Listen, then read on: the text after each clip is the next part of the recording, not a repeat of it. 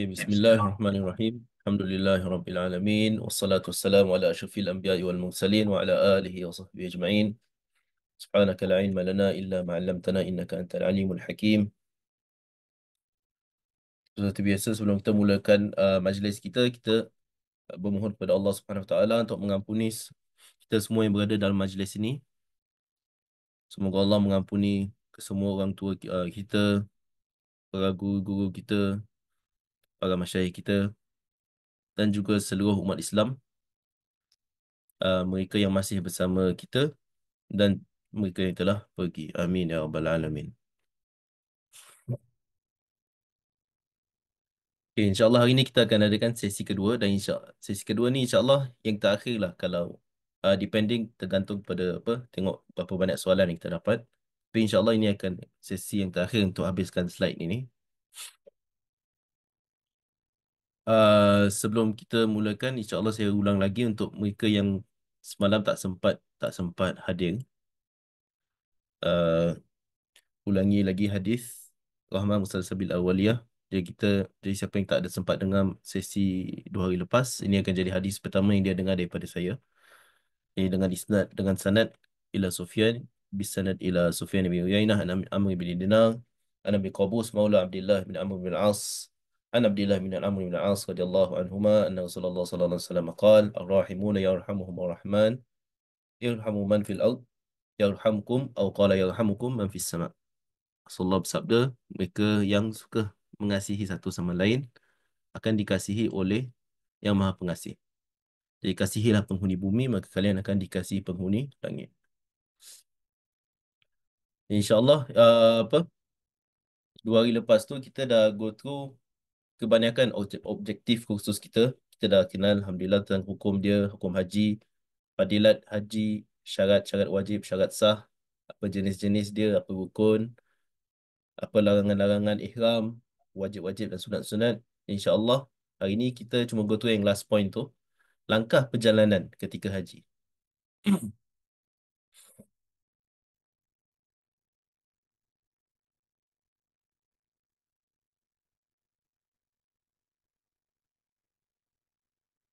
Suara semua boleh dengar? واضح يا أستاذ إن شاء الله. أحسن Okay, الله عليك. barakallah. Relax. Okay. Uh, okay, jadi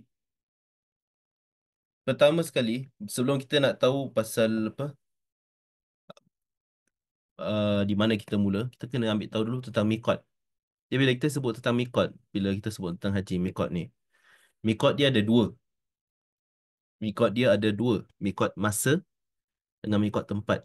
Mikot masa maksudnya bila bulan-bulan haji itu. Bulan-bulan haji itu sebenarnya bulan-bulan bila. So bulan-bulan haji ikut empat-empat mazhab. Bulan haji itu dari awal bulan Syawal, dari pertama masuk bulan Syawal tu sampai hari terakhir ayam tasyrik 13 Zulhijjah tu. Jadi itu that's the period bila kita boleh niat untuk buat haji. Apa faedah kita tahu bulan haji ni dari awal bulan Syawal? Faedah dia antara dia seperti contoh, kalau kita buat umrah bulan Syawal atau bulan Zulqa'dah. Kita buat umrah bulan Syawal atau bulan Zulqa'dah, kemudian kita stay dekat Mekah sampai masuk Yaum Tarwiyah. Haji kita akan jadi haji tamattu'. Haji kita akan jadi haji tamattu'. Faedah lain, orang kalau dia dari awal, dari bulan Syawal contoh dia, dari 10 Syawal first week Syawal dia dah celebrate hari raya puasa. Kemudian dari minggu kedua Syawal tu dia dah pergi ke Mekah, dia dah pergi ke Miqat, dah sampai Miqat dia dah jatuhkan niat haji ifrad atau haji kiran contohnya. Atau even dia jatuhkan niat haji dia niatkan umrah, lepas tu tamattu'. Okay, dia boleh jatuhkan niat untuk haji ifrad tu dari bulan Syawal lagi. Cuma it means dari bulan Syawal tu sampai hari raya tu dia sentiasa dalam larangan ihram. So obviously zaman sekarang tak rasa ada yang buat gitulah. Tapi validnya haji boleh daripada awal bulan Syawal tu sampai habisnya ayam tasyrik. Mikot tempat pula, mana tempat untuk kita jatuhkan niat ihram tu. So mengikut tempat, kita boleh tengok dekat sini daripada gambar ni. Uh, kita yang datang daripada bawah. Kita yang datang dari bawah. So contoh macam kita kalau dari Singapura atau dari Malaysia direct, kita terus pergi ke Mekah. Kita tak singgah Madinah dulu, kita direct ke Mekah. Mikot kita akan berlalu dekat Yalamlam biasanya. So kita datang dari arah Yaman. So mikot kita akan lalu ke Yalamlam. So biasanya orang kalau naik kapal terbang, nanti kapal terbang dia akan umumkan lah. Kita akan approaching mikot Yalamlam. Jadi jatuhkan niat ihram kat situ. Kalau kita dari arah macam dari apa macam saya dari arah Riyadh atau mereka yang kerja di Riyadh, yang kerja di Dammam, kerja di Al-Kharj, di Khabar, ke the eastern side of Saudi.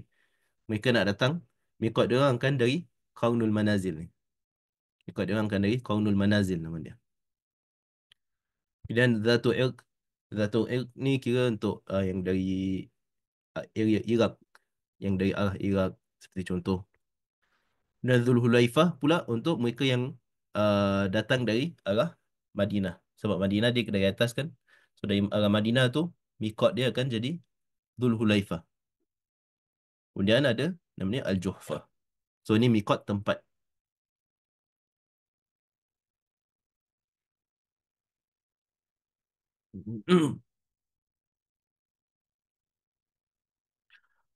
Okay, sekarang kita tengok dari perjalanan dari Singapura atau Malaysia ke Mekah. So macam tadi saya sebut, untuk mereka yang masuk ke Mekah dari arah Madinah, mikot dia adalah Zulhulaifah. Zulhulaifah kalau zaman sekarang, dia dikenali sebagai Masjid Bir Ali. Dia dikenali sebagai Masjid Bir Ali. Kalau mikot, untuk mereka yang datang dari jalur Singapura, Malaysia, lepas tu Jeddah, lepas tu Mekah. Mikot dia akan, mikot dia biasanya akan pass by dekat namanya Yalamlam. Sebab mereka dari arah Yaman kan. Macam tadi sebut. So biasanya dekat Yalamlam tu mikot dia orang. Biasanya diumumkan kalau naik kapal terbang. Macam naik Saudia ke. Saya tak pasti kalau open Malaysian Airline akan umumkan. Tapi macam Saudia, kalau tak silap saya macam naik Scoot. Biasanya dia akan umumkan uh, dah nak sampai mikot, dah nak approach mikot macam 5 minutes itu dia akan umumkan. Jadi sempat jatuhkan niat sebelum melampaui mikot. And bila kita dalam perjalanan dari Singapura atau Malaysia tu ke Mekah, jangan lupa sunnah-sunnah dan adab safar. Sunnah-sunnah adab safar. Seperti contoh, Subhanallazi sakharana. Bila kita nak keluar dari rumah tu, kita baca doa safar. Subhanallazi sakharana hadha wa ma kunna lahum muqrinin. Wa inna ila rabbina lamunqalibun.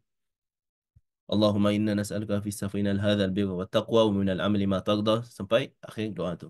Doa safar. Apalagi adab safar dan sunnah safar memperbanyak doa. Sebab musafir doa dia mustajab.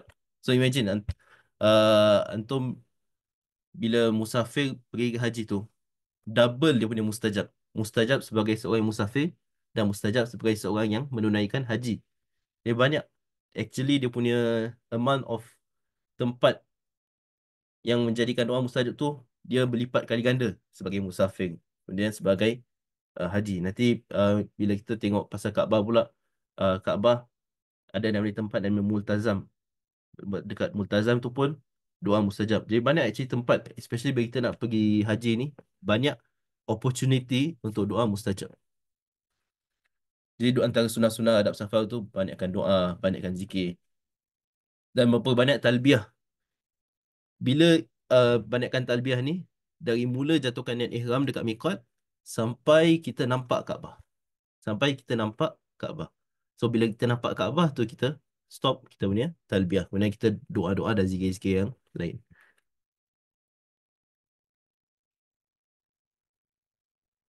So biasanya bila dah apa dari Singapura atau dari Malaysia atau even yang datang dari Madinah, lepas tu dah apa dah lalui mikot, dah jatuhkan niat ihram, dah sampai Mekah. Boleh singgah hotel dulu tak? Boleh. Tak mengapa. Boleh singgah hotel dulu. Nak mandi, nak makan minum, nak tidur, nak rehat, semua boleh. Tapi kena ingat larangan ihram semua masih berlaku. Jadi kalau nak mandi, make sure mandi pakai sabun yang tak bau, yang tak ada campur perfume, misalan. Makan minum semua tak ada isu. Tidur dan berehat, make sure jangan sampai yang especially yang tidur apa yang especially yang datang sebagai suami isteri, make sure jangan sampai melampaui larangan ihram. Tapi nak tidur, nak tukar kain ihram pun semua tak ada isu. Nak tukar kain ihram semua tak ada isu. Yang pasal itu bukan termasuk dalam larangan ihram. Macam semalam tak silap, ada yang tanya saya pasal pasal ni. Saya bilang especially untuk yang haji ifrad atau haji kiran. Untuk yang haji ifrad dan haji kiran, sebab dia punya tempoh pakai kain ihram tu lama. Tempoh pakai kain ihram tu lama. So dia akan buat kain ihram tu berpeluh. Uh, uh, akan buat kain ihram tu absorb bau peluh kan. So biasanya actually recommended macam orang yang kalau buat haji ifrad dengan haji kiran untuk bawa lebih daripada satu pasang kain ihram. Dia macam bawa a few pasang kain ihram. Jadi kalau macam the first pasang yang dia pakai, bila dia jatuhkan kain ihram tu, dah maybe dah 1-2 hari, then dia boleh tukar. Boleh tukar pakai kain ihram yang baru. Jadi tak mengganggu orang lain kan dengan bau peluh yang melekat dekat kain ihram. Dan sementara tu teruskan memperbanyakkan bacaan talbiyah, bacaan la ilaha illallah dengan zikir-zikir yang lain. Bila kita dah sampai Masjidil Haram tu, okay, bila kita dah settle, dapat relax, dah dah dah relax, dah rasa kita dah energy tu dah datang balik, dah dapat makan minum, dah dapat tidur. Okay, dah boleh time untuk kita pergi Masjidil Haram. So make sure bila kita masuk Masjidil Haram tu, masuk dengan kaki kanan dulu. Ini tak wajib, tapi ini adalah sunnah Nabi SAW. Seperti hadis yang diriwayatkan oleh Aisyah radhiyallahu anha, Rasulullah SAW selalu mendahulukan yang kanan fi tana'ulihi wa tarajulihi wa fi sya'nihi kullihi. Rasulullah Aisyah menyebut Rasulullah SAW dalam semua benda, fi sya'nihi kulli, dalam semua benda, dalam tana'ulihi, dalam pakai kasut, wa tarajulihi, semua benda, dalam makan pakai yang kanan, bila pakai baju mulakan dengan yang kanan, bila sikat rambut mulakan dengan side kanan. Jadi nak masuk masjid pun masuk dengan kaki kanan dulu, dengan baca doa masjid, doa masuk masjid.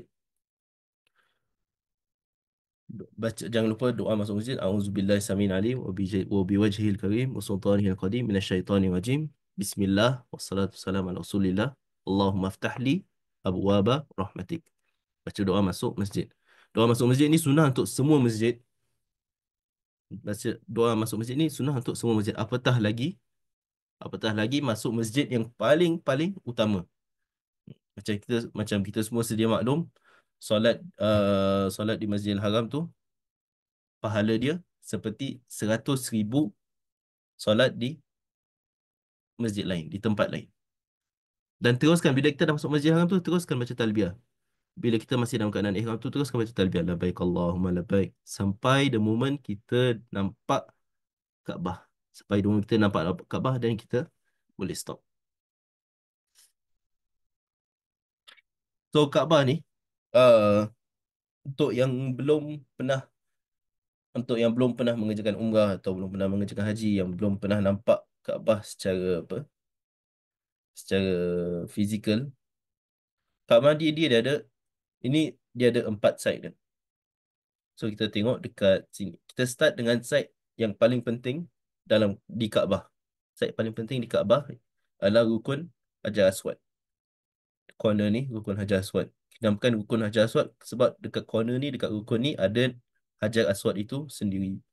Ada Hajar Aswad itu sendiri. So kalau kita tengok sekarang Hajar Aswad, dia dinamakan Hajar Aswad. Dalam bahasa Arab dia maksudnya batu hitam, the black stone.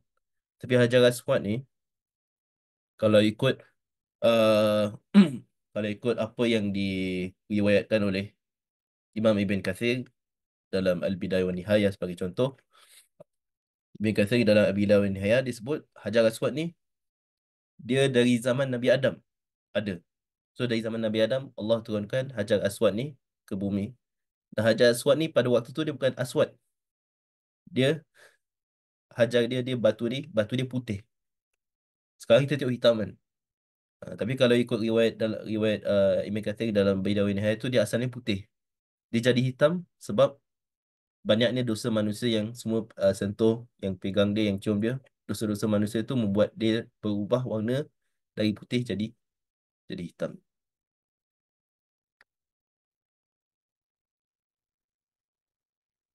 Sekarang kita nampak ada Hajar Aswad ni. Kemudian nampak pintu Kaabah. So pintu Kaabah. So sekarang dekat sini tak ada. Ini namanya. Ini yang tadi saya sebut multazam. So multazam ni di antara Hajar Aswad dengan pintu Kaabah. Ini sekarang saya personally bila saya pergi haji, saya nampak ramai yang tak tahu atau tak faham tentang multazam. So multazam ni apa? Multazam ni this stretch of Kaabah antara Hajar Aswad dengan pintu Kaabah. This spot. In this spot tempat doa paling mustajab dekat Masjidil Haram. Tempat doa paling mustajab dekat Masjidil Haram. So bukan dekat pintu Kaabah ni sini, bukan dekat Hajar Aswad ni sini, tapi dekat multazam.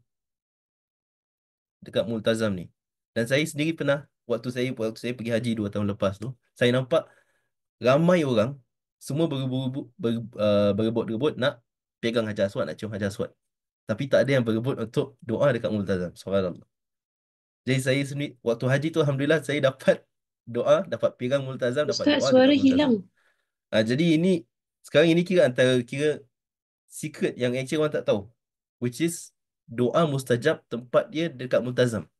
So ini yang kita kalau boleh, kalau especially kalau tak sampai mengganggu orang lain, usahakan untuk kita dapat doa dekat situ, dapat doa dekat multazam. Sebab itu tempat yang doa mustajab.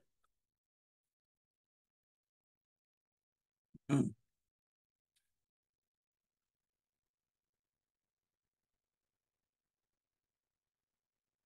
Dengan kaifiat doa dekat multazam beza dengan kaifiat atau cara doa dekat tempat lain. So macam doa tempat lain, doa di mana-mana. Sunnah dia bila kita doa is kita angkat dua tangan. Tapi dekat multazam, sunnah dia bila kita nak doa dekat multazam is kita macam peluk.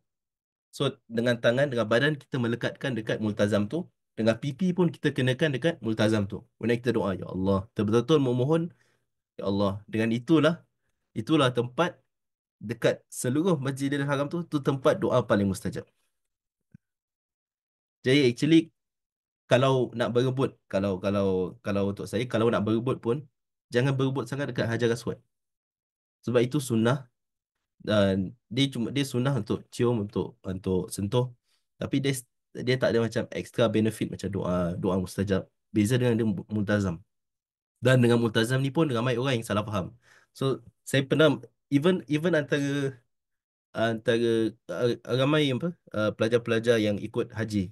Ada yang tak tahu multazam, ingat multazam tu pintu Kaabah dia sendiri.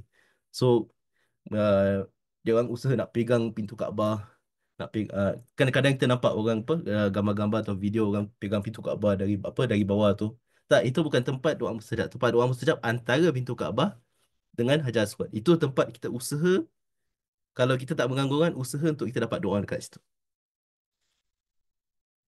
So itu multazam. Sekarang kita so Hajar Aswad dah, multazam dah, pintu Kaabah dah. Sekarang lepas pintu Kaabah kita nampak ni warna gold ni betul-betul belakang sikit daripada Kaabah, which is makam Ibrahim. Apa significance makam Ibrahim ni? Makam Ibrahim ni kalau tak mengganggu orang, kalau tak ramai orang, bila kita dah habis tawaf, kita solat sunat 2 rakaat betul-betul belakang makam Ibrahim menghadap Kaabah.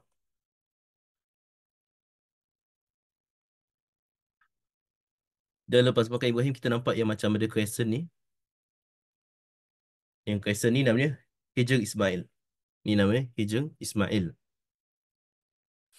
So actually Hijr Ismail ni dia bahagian daripada Kaabah. Hijr Ismail ni bahagian daripada Kaabah.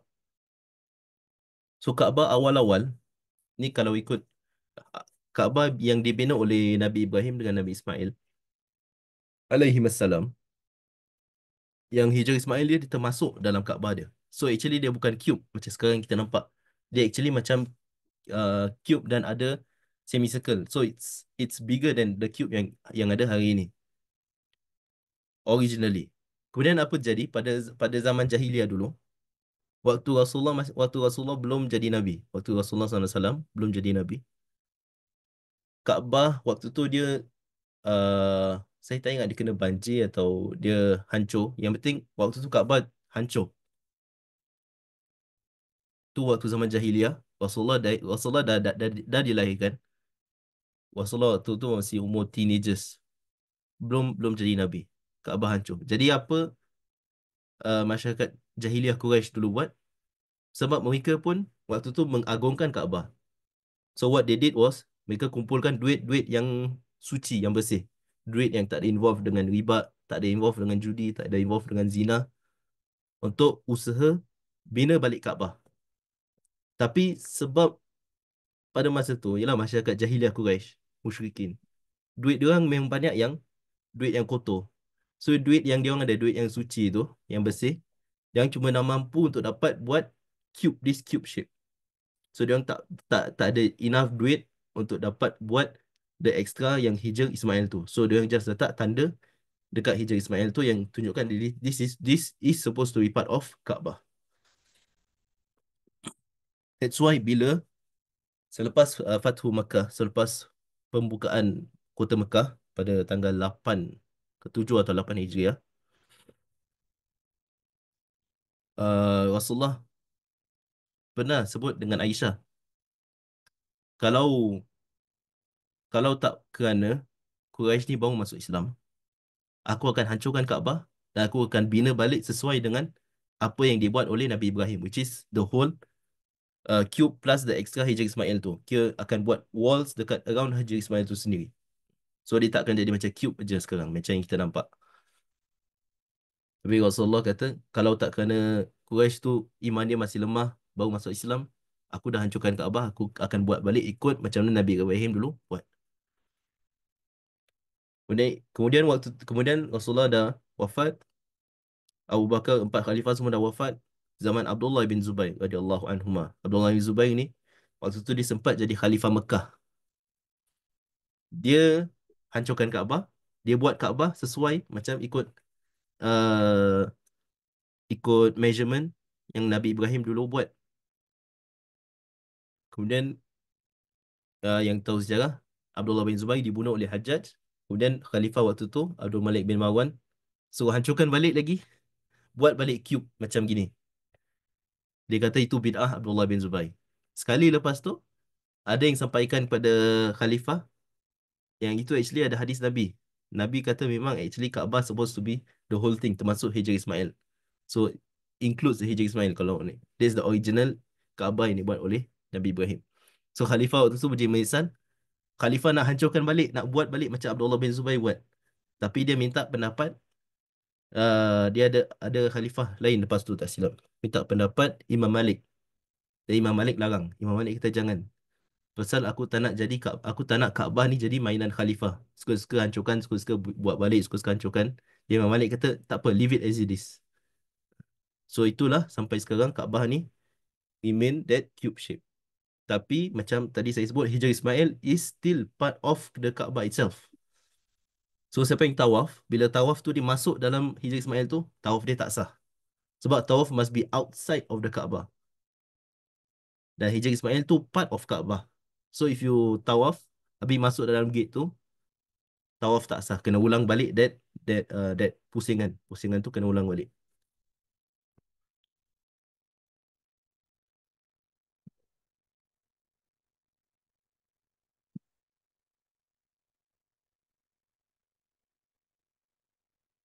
Kemudian rukun Yamani, okay, itu lepas tu sekarang kita nampak rukun Yamani ni. Rukun Yamani is the rukun atau corner yang terakhir sebelum rukun atau Hajar Aswad.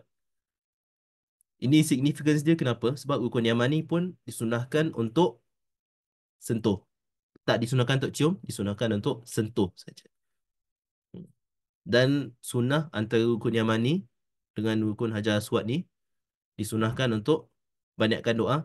Rabbana atina fid dunya hasanah wa fil akhirati hasanah wa qina adzabannar. Banyakkan doa tu. So macam kita contoh bila iftan tawaf tu, daripada Hajar Aswad sampai ke rukun Yamani, kita doa apa je kita nak. Doa apa-apa kita nak, zikir apa-apa kita nak, yang penting dia disyariatkan. Kemudian daripada rukun Yamani sampai ke Hajar Aswad tu, kita doa exclusively Rabbana atina fid dunya hasanah wa fil akhirati hasanah wa qina adzabannar. Itu sunnah dia. So kita tadi apa? Bila dah sampai Masjidil Haram, dah masuk, dah nampak Kaabah dan kita stop talbiyah. Kemudian kita akan buat tawaf. So untuk orang yang buat haji ifrad dengan haji kiran, untuk mufrid dan qarin, bila dia sampai tu for the first time dia akan buat tawaf kudum. Tawaf untuk macam menyambut lah kedatangan dia di Masjidil Haram. Untuk yang buat tamattu pula dia akan buat tawaf umrah sebab dia kena buat umrah dulu sebelum dia buat haji. So dia akan buat tawaf umrah. So make sure niat tu make sure dalam hati tu niatkan yang betul. Ini tawaf kudum ke tawaf umrah. Uh, So tawaf apa tata cara dia? Untuk lelaki sunnah disunahkan untuk letak kain ihram di bawah ketiak kanan. So macam yang ni lah, macam yang kita nampak dekat sini. Disunahkan letak di bawah ketiak kanan. Apa actually significance dia? Ni kalau ikut sejarah dia actually zaman dulu bila Rasulullah SAW buat umrah, umratul qada namanya, umrah qada waktu selepas Hudaibiyah. Ni sharing sikit pasal sejarah lah. Jadi untuk jadi tak macam boring sangat semua pasal hukum kan. Saya sharing sikit pasal sejarah kenapa Rasulullah buat letak kain ihram dekat bawah ketiak kanan.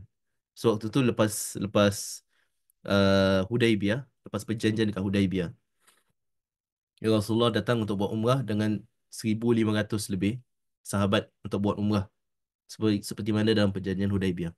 So bila dah nak buat umrah tu, Rasulullah letak kain ihram dekat bawah, jadi nampak dia punya bicep dengan tricep.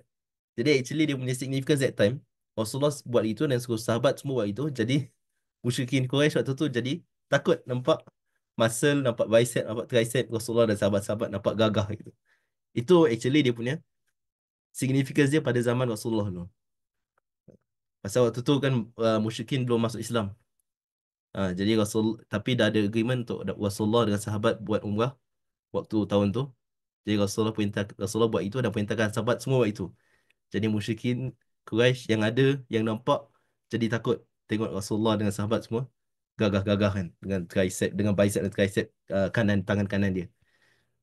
Itu je lah. Tapi lepas tu sunnah tu dikekalkan. Sunnah ittiba tu dikekalkan untuk letak kain ihram dekat bawah ketiak kanan. Ini untuk lelaki je. Dah tentu. Kemudian mulakan tawaf dari arah sejajar dengan Hajar Aswad. So mulakan tawaf. So sunnah dia of course seperti sebut tadi, sunnah dia mulakan dengan mencium Hajar Aswad. Kalau tak mampu, kalau tak mampu dengan menyentuh. Terus sentuh Hajar Aswad tu dengan tangan kanan. Kalau tak mampu sentuh dengan tangan, sentuh dengan sentuh dengan kayu, dengan kayu siwak. Macam kita tak apa tangan tak sampai sangat. Sentuh dengan kayu siwak, sentuh dengan tongkat pun sama, pun boleh sunnah. Kalau yang masih tak mampu, dia dengan isyarat tangan aja ke arah Hajar Aswad sambil menyebut basmalah dan takbir sekali. Bismillah, Allahu Akbar. Sekarang untuk mencium dan menyentuh Hajar Aswad. Ni saya sebut yang dalam first session juga kalau tak silap. Untuk mencium dan menyentuh Hajar Aswad. Hukum dia sunnah. Untuk sentuh dan cium Hajar Aswad, hukum dia sunnah.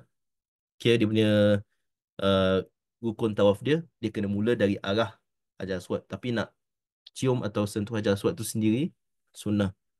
Tapi nak tapi kalau kita mengganggu orang lain sampai pekik-pekik, sampai marah-marah, sampai tolak, menyakiti muslim lain, tu hukum dia haram.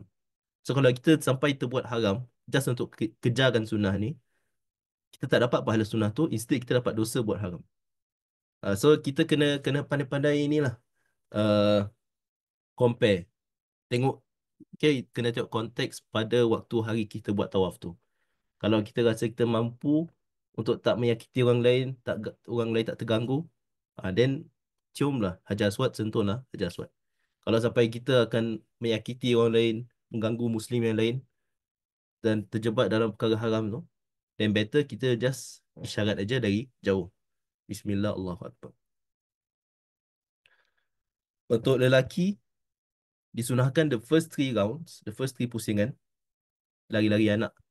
Tapi of course bila musim haji, event atau musim umrah yang ramai orang, memang it's impossible. So just jalan macam biasa lah. Ni kalau ada kesempatan, kalau memang tak ramai orang, then sunnah dia, untuk 3 pusingan pertama untuk lelaki, untuk mereka lari-lari anak.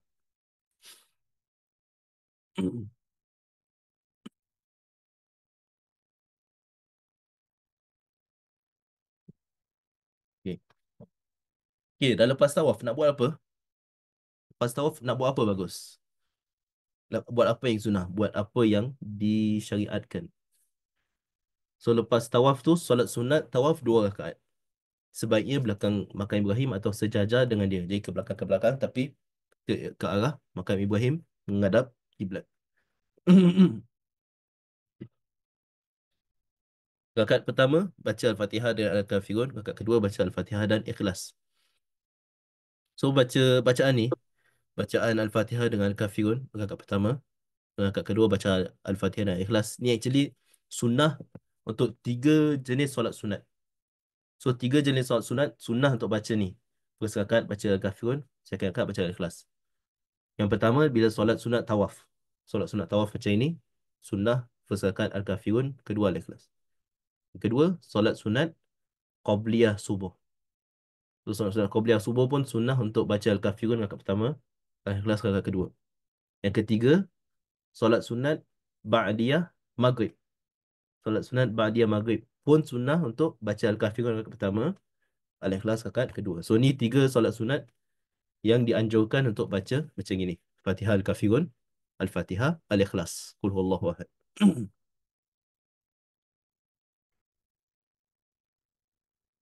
Kemudian bila dah habis tawaf tu, doa, kemudian minum air zam-zam. Kalau kita ingat, waktu tawaf tu sunnah dia waktu seketika sedang tawaf. Sunnah untuk tak makan dan tak minum sebab dikiaskan dengan solat. Tapi bila sudah selesai tawaf, sunnah pula untuk minum air zam-zam sambil berdoa menghadap Kaabah. Kemudian sunnah juga membasahkan muka, basahkan kepala dengan air zam-zam. Jadi, tuang sikit air zam-zam tu kat tangan, basahkan kepala, basahkan muka. Dan sunnah bila untuk sa'i dilakukan immediately lepas tawaf. So lepas dah solat sunat, dah doa tu, dah solat sunat, dah minum air zam-zam, dah basahkan kepala, terus gerak ke arah Safa untuk mengerjakan sa'i. So kita tengok ni, nampak Hajar Aswad dekat sini dia tulis Black Cornerstone dengan Safa dekat sini. So dari sini nanti kita akan ke belakang sikit, keluar sikit untuk solat sunat, tawaf 2 rakaat. Apa? Makam Ibrahim usually dekat area sini sikit. So kita ke belakang, solat sunat 2 rakaat, tawaf. Kemudian kita minum air zam-zam, kita doa menghadap Kaabah. Kalau boleh kita doa, try untuk menghadap Multazam macam tadi. Walaupun kita tak dapat depan Multazam tu sini, tapi kita sejajar dengan dia, insya-Allah akan still dapat fadilat dia, fadilat doa mustajab dan doa menghadap situ. Dan dah doa, dah basahkan, dah minum, dah basahkan kepala dengan muka dia air zam-zam, dah minum. Kemudian bergerak ke Safa sini. So antara Safa dan Marwah ni approximately about 400 meters. Approximately about 400 meters. Dulu zaman Nabi memang dia tak termasuk dalam Masjidil Haram. Tapi cuma sekarang dia dah incorporate, masukkan dalam Masjidil Haram.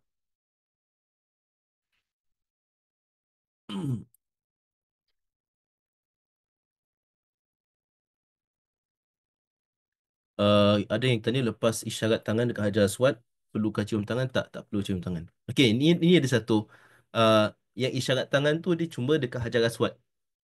So dekat Hajar Aswad, dia sunnah untuk cium Hajar Aswad atau sentuh Hajar Aswad dengan tangan atau dengan kayu atau dengan tongkat. Kalau tak dapat, then isyarat dengan tangan. Tapi rukun Yaman ni memang sunnah untuk sentuh Kaabah. Kalau tak dapat sentuh Kaabah, tak rukun Yaman ni tak disunnahkan untuk isyarat tangan. Ini beza dia. So dekat rukun Yaman ni tidak disunahkan untuk angkat tangan kalau kita tak dapat sentuh Kaabah dekat situ. Beza dengan Hajar Aswad. Rukun Hajar Aswad tu kita memang sunahkan untuk angkat tangan, isyarat tangan dekat Hajar Aswad. Dan bila kita dah isyarat angkat tangan tu, kita tak perlu cium tangan.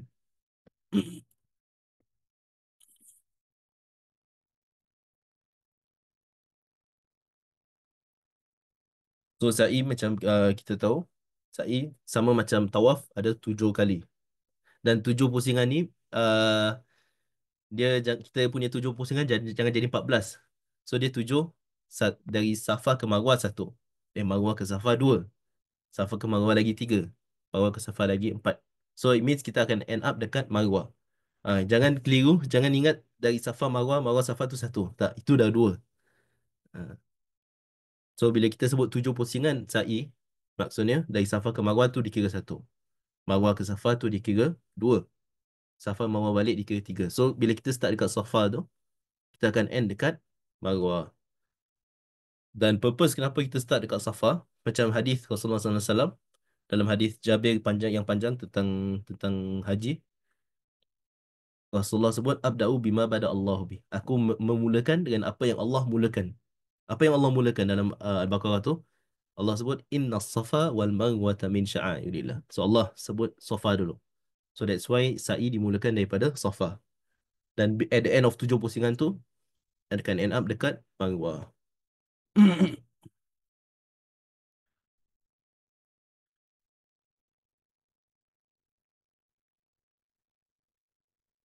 Okay, bila tawaf tu tadi, Bismillah Allahu Akbar cuma first. Pasal kita sebut Bismillah cuma bila kita at the start of something. So at the start of tawaf kita sebut Bismillah Allahu Akbar. Kemudian every round after that, second, third, fourth round, bila kita isyarat tangan lagi dekat Hajar Aswad, kita tak sebut Bismillah. Kita cuma sebut Allahu Akbar, cuma takbir. Ni beza dia. So first, bila kita tawaf tadi, round pertama, kita angkat tangan, Bismillah Allahu Akbar.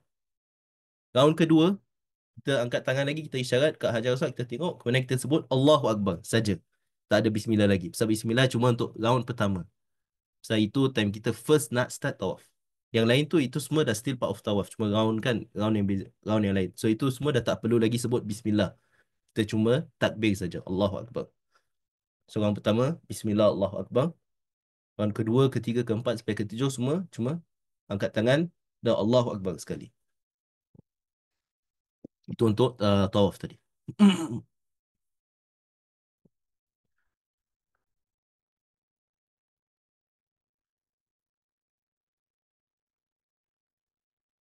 Dalam dalam hadis tentang Rasulullah bila sa'i itu, hadis dia biasanya kita akan cuma nampak uh, Rasulullah sebut thumma tala al-ayah inna safa wal marwata min sya'airillah fa abda'u bima bada Allahu bih. Jadi Rasulullah tak baca ayat full. Rasulullah cuma sebut ayat sampai situ je. Kemudian Rasulullah sebut aku mulakan dengan apa yang Allah mulakan dalam ayat ni, dengan safa. So sa'i macam sa'i dia punya setiap sa'i pun ada lagi satu, adalah antara lagi satu tempat doa mustajab. So tadi kita dah tawaf, kita sebut tawaf tu itself doa mustajab, especially dekat multazam doa mustajab. Sekarang kita pergi sa'i pula. Sa'i pun tempat yang doa mustajab. Di mana doa mustajab dekat sa'i? Dekat Safa ni sendiri dengan dekat Marwah dia sendiri. So dekat Safa ni sendiri doa mustajab bila kita sa'i, dengan dekat Marwah dia sendiri pun doa mustajab bila kita buat sa'i. So itu pun antara tempat yang recommended untuk kita banyakkan doa. So kita jangan bakhil dengan doa kita. Especially bila kita tengah-tengah buat haji ni, jangan sekali-sekali kita bakhil dengan doa kita. Kita betul-betul memang this is the time for you to make as much doa as possible dekat tempat-tempat mustajab ni. So bila kita nak start sa'i tu, kita sebut abda'u mimma bada Allahu bih inna safa wal marwata min sya'airillah. Kemudian ada Rasulullah SAW ada bertahlil la ilaha illallah wahdahu la syarikalah sehingga akhirnya. Kemudian kita angkat tangan, kita doa menghadap, dan kita bila kita doa tu make sure kita menghadap kiblat, menghadap Kaabah. Angkat tangan, doa sebanyak mana kita nak doa. Nak doa 10 minit pun tak kisah. Kalau inilah, kalau kita memang tak rushing for time, doa doa je kat situ dekat Safa. Kemudian kita mulakan sa'i. Dan sampai dekat Marwah kita buat benda sama. Uh, Tahlil la ilaha illallah wahdahu la syarikalah sehingga akhir. Kemudian kita angkat tangan menghadap kiblat juga. Jangan menghadap bukit Marwah, menghadap kiblat. Ni kita angkat tangan, kita doa. Doa sebanyak-banyak dia. Doa apa yang kita hajatkan.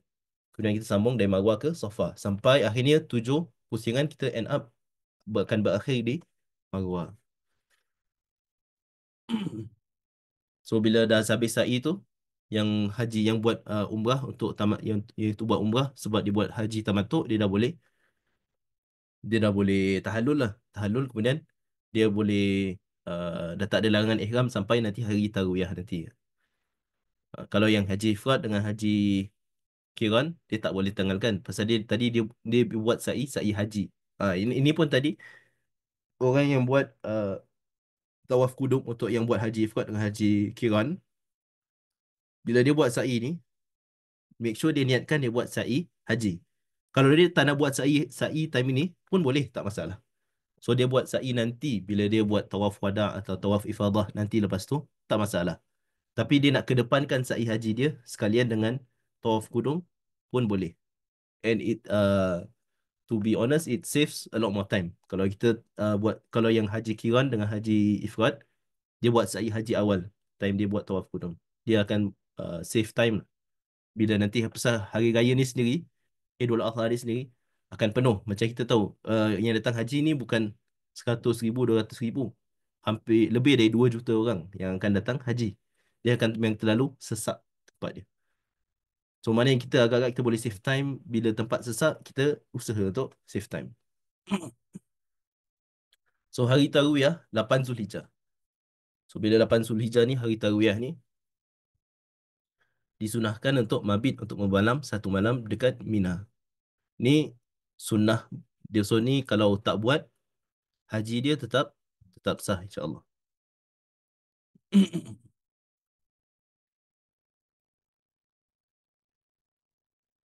Kemudian the peak of haji is actually hari Arafah. The most important, the most symbolic hari untuk haji is hari Arafah. Macam Rasulullah SAW sabda, Al-Hajjul Arafah. Al-Hajju Arafah. Haji itu di Arafah. Waktu maksudnya wukuf dekat Arafah. So ni macam kita sebut rukun haji, wukuf di Arafah. Wukuf di Arafah maksudnya dia stay dekat Arafah tu. Bila bila period dia akan dekat Arafah, dari sebelum Zuhur tu dia sampai akhirnya sampai waktu Maghrib. Itu the recommended, itu dia punya sunnah dia.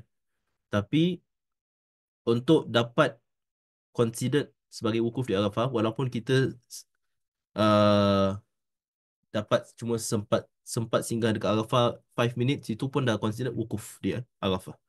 Tapi the recommended memang kita wukuf lama, sebab the whole point of haji, of wukuf di Arafah is untuk kita dapat stay wukuf di Arafah tu, doa sebanyak-banyaknya, zikir sebanyak-banyaknya, baca Quran dan sebagainya. So bila kita biasanya tahu akan bila hari Arafah tu, 9 Zulhijjah tu akan ada khutbah Arafah.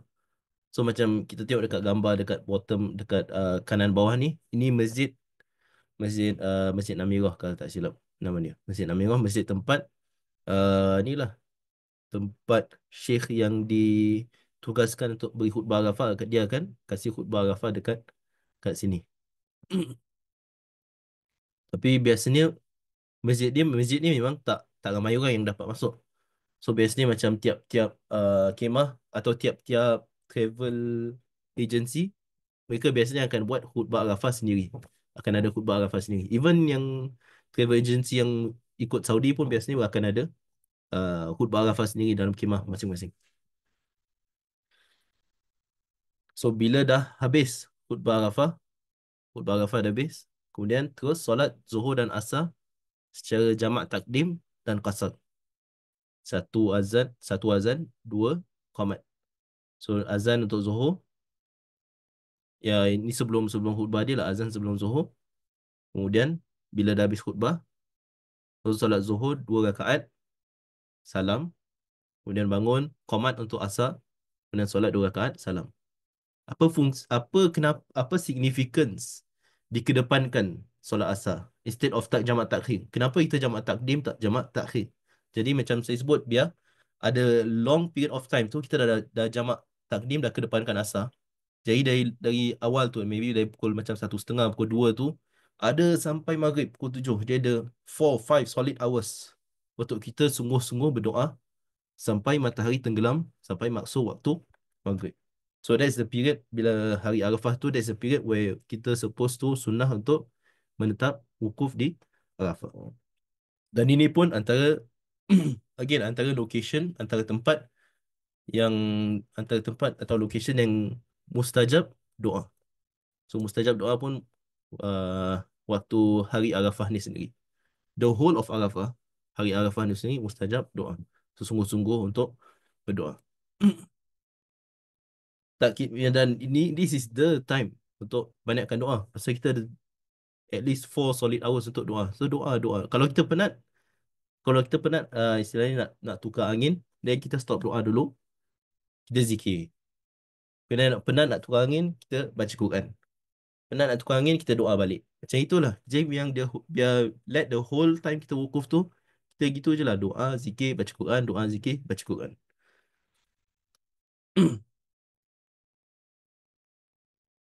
Dan tak disyaratkan doa dia bahasa Arab. So kita nak doa bahasa Melayu pun, doa bahasa apa-apa pun yang kita tahu, doa je.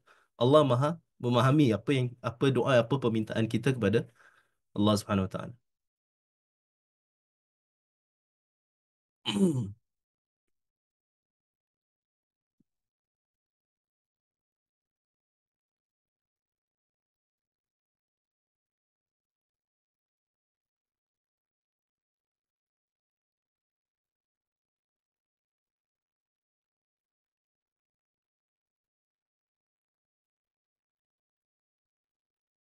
uh, untuk yang menetap di Mekah lebih dari 3 hari, the best is bila 3 hari tu je kita jamak qasar. Kemudian lepas tu kita dah tak jamak qasar. Bila kita bergerak ke Arafah, di Arafah tu kita jamak qasar lagi. Itu yang paling selamat lah. Jadi instead of the whole journey, just the first 3 days kita jamak qasar. Lepas tu kita solat macam biasa, solat penuh. Kemudian bila kita bergerak ke Arafah tu, kita jamak qasar balik. So kita akan stay di Arafah sampai waktu maghrib.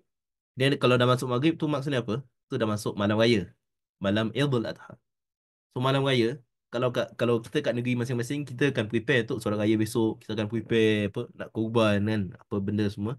Tapi bila kita buat haji, malam raya ni kita banyak movement. Kita dari malam raya tu, dari masuk maghrib, kita akan kita tak solat maghrib dekat Arafah. Sunnah dia kita maghrib dekat Muzdalifah. So bila dah masuk maghrib, kita akan berangkat ke Muzdalifah dan mabit di situ, dan solat maghrib, isyak, jamak takhir dan qasar. Dan ini bila kita nak kita sama ada kita dapat jamak takhir atau apa, ini in the end dia akan depend on pergerakan travel agency. Sebab macam saya sebut tadi, especially sekarang dengan jumlah hujaj, jumlah orang yang datang untuk haji ni, movement kita dengan kita solat dapat jamak takhir, jamak takdim ke apa semua, in the end dia akan depend akan pada pergerakan travel agent. Dan travel agent pun sendiri dia tak dapat bergerak according to dia punya own kehendak. Sebab sekarang dengan ramainya orang, Ministry of Hajj, so Kementerian Haji sendiri dekat Saudi, dia orang yang akan kasih tiap-tiap travel agent dia orang punya timing. So tiap travel agent dia orang ada dapat timing slot dia orang daripada Kementerian Haji bila nak berangkat dari Arafah pergi Muzdalifah. Kemudian bila dari Muzdalifah tu dah kena gerak. So kita yang penting at this time, kita memang tahu sunnah dia macam ini, tapi kita still kena ikut travel agent kita lah. Jangan travel kita jangan sampai kita terpisah. Cuma pastikan yang kita at least dapat mabit di Muzdalifah.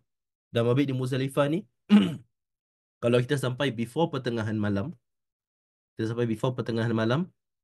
kita kena stay sampai pertengahan malam.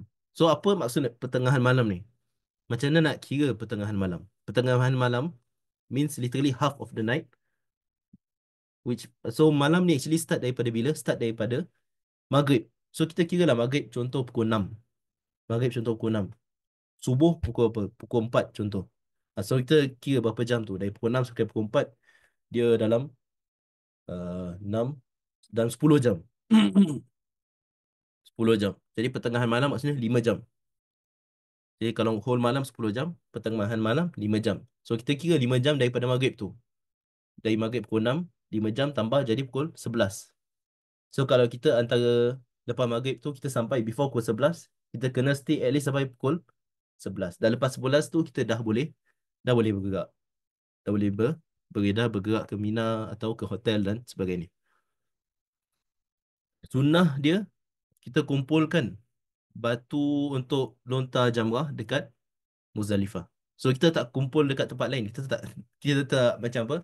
Dari Singapore atau dari Malaysia kita dah prepare dah pergi apa pantai kumpulkan batu, tak, ini semua tak. Sunnah dia kita kumpulkan batu untuk lontar jamrah dekat Muzdalifah sendiri. Dan memang kita akan tengok dekat Muzdalifah memang banyak batu-batu. Itu pun kita kena choose lah batu, make sure batu yang agak size dia agak sesuai. Make sure jangan kita choose batu yang terlalu besar dan atau terlalu kecil. Dia agak-agak macam uh, setengah luas apa jari kecil, atau tengok tergantung saiz jari kecil kita. Maybe macam setengah luas jari kecil macam itu. Itu dah cukup. Berapa banyak batu kita nak kumpulkan? Kita kumpulkan 70 batu. 70 batu. Kenapa 70? Sebab untuk pagi raya tu kita campak Jamrah Aqabah 7. Kemudian untuk tanggal 11, 12 dengan 13 setiap hari tu kita campak 21. Sebab 7 kali 3. 7 di Aqabah, 7 di Wusta, 7 di Sughra. Jadi 21.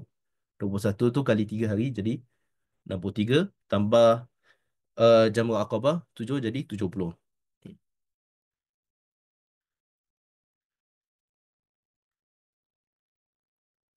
Tak ada. Dia kira mabit. Dia still kira mabit. Dia masalah dia cuma nak kira pukul berapa kita boleh beredar daripada Muzdalifah.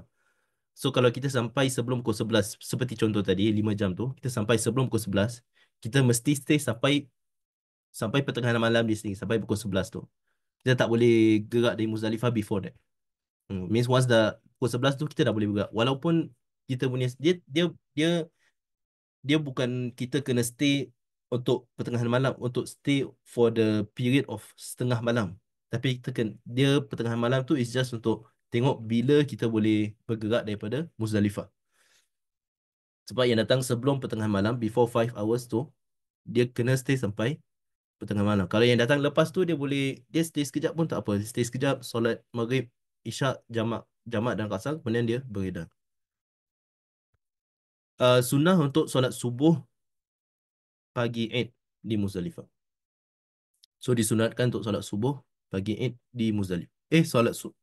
Pagi betul lah, solat subuh pagi Eid di Muzdalifah. Solat sunat Eid di sendiri, ni ada soalan solat sunat Eid di sendiri di mana? Okay, so ini of course ni semua sunnah, as in memang ini cara yang Rasulullah SAW buat. Tapi again, macam saya sebut, ini point yang saya nak kena tekankan besar, memang this is the ideal yang saya present dekat sini. This is the ideal situation. Tapi kita sekarang zaman yang tak ideal. Pasal terlalu sesak. Yang akan pergi haji, especially tahun ni atau tahun sebelum, dia akan rasa memang terlalu sesak. So kita nak dapatkan, nak kejar every single sunnah memang impossible. Unless kita uh, unless kita macam level Syekh Sudais yang akan memang ada orang sediakan tempat khas untuk kita. Unless otherwise, other than that, it's impossible untuk kita kejar setiap sunnah. Tapi secara idealnya, sunnah dia solat subuh pagi Eid di Muzdalifah. Lepas solat subuh tu nanti lepas solat subuh kita pergi ke Mina, lontar Jamrah Aqabah atau Jamrah Kubra sambil talbiyah. Bila dah lontar tu, pergi ke Masjidil Haram, Kaabah, solat Eid dia di situ. Itu sunnah dia. Tapi of course sekarang it's impossible at our time now pasal terlalu sesak. So macam saya sendiri, waktu saya pergi haji 2 tahun lepas. 2 tahun lepas itu. Waktu saya pergi haji waktu tu kita bergerak pertengahan malam, kita balik hotel. So in the end kita solat subuh dengan solat raya semua dekat hotel. So that's how it is. Pasal keadaan yang terlalu sesak. Kita dengan nak pergi Masjidil Haram pun yang bas travel usually tak akan bawa kita pergi solat dekat dekat Masjidil Haram. So memang itu kita dengan tak ada namanya istilah macam apa naik Grab, naik Uber, itu semua tak ada bila time haji. Pasal semua tempat semua akan ada checkpoint. Make sure yang masuk cuma yang ada visa haji, yang ada tasrih haji.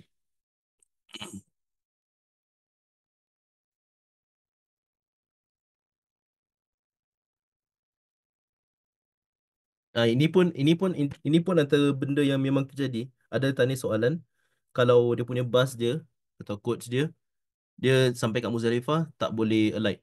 Dia yang penting dia akan ada di Muzdalifah. Dia akan ada di Muzdalifah. Memang keadaan selalu sesak. Dia ada kemungkinan memang ni akan berlaku. Sebagian hujaj dia dapat apa? Dia tak dapat turun dari bas. So macam kan selalu sesak.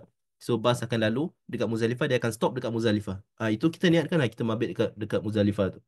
Kira kita maybe macam tadi saya sebut sunnah dia is solat maghrib dengan solat isyak jamak qasar di Muzdalifah. Tapi kadang kemungkinan sebab ramai orang kita tak dibenarkan untuk turun. Tak apa-apa insya-Allah. Yang penting kita dapat dekat Muzdalifah tu walaupun dalam bas kita niatkan kita mabit dekat Muzdalifah tu. InsyaAllah kira wajib wajib haji which is mabit dan Muzdalifah tu dah terlaksana dan terpenuhi. Kemudian nanti dia akan bas cuma stop sekejap kat situ, kemudian pertengahan malam dia akan bergerak balik hotel, dan dekat hotel baru kita dapat solat maghrib isyak secara jamak takhir. Tak masalah insyaAllah. Yang penting jangan lupa mengerjakan solat dia. Solat tu jangan lupa. So kita buat haji ni kan kita nak buat ibadah. Jangan lupa ibadah yang lagi penting which is solat wajib tu kita tak tinggalkan. Dan tadi seperti saya sebut tadi, sunnah dia bila dia sunnah untuk solat subuh dekat Muzdalifah. Lepas tu terus pergi ke Mina untuk lontar Jamrah Kubra atau Jamrah Aqabah sambil bertalbiyah. So pagi subuh tu dah habis solat, dan bertalbiyah terus labbaik Allahumma labbaik sampai kita sampai ke Jamrah Aqabah atau Jamrah Kubra untuk lontar Jamrah. So ni pagi raya. Kalau kita dekat Singapura, dekat Malaysia, pagi raya kita dah solat raya, lepas tu dah relax makan kambing. Tapi tak, untuk orang yang buat haji, pagi raya tu banyak benda dia nak kena buat. Banyak sangat benda yang dia kena buat. Uh, so bila dia buat Jamrah Aqabah pagi-pagi raya tu. Ini pun Jamrah Aqabah ni pun dia akan again dia akan ikut uh, akan ikut arahan yang diberikan oleh Kementerian Haji. Sebab again pasal ramai orang. Macam saya sendiri secara peribadi, waktu saya pergi haji tu, saya cuma dapat lontar Jamrah Aqabah lepas asar.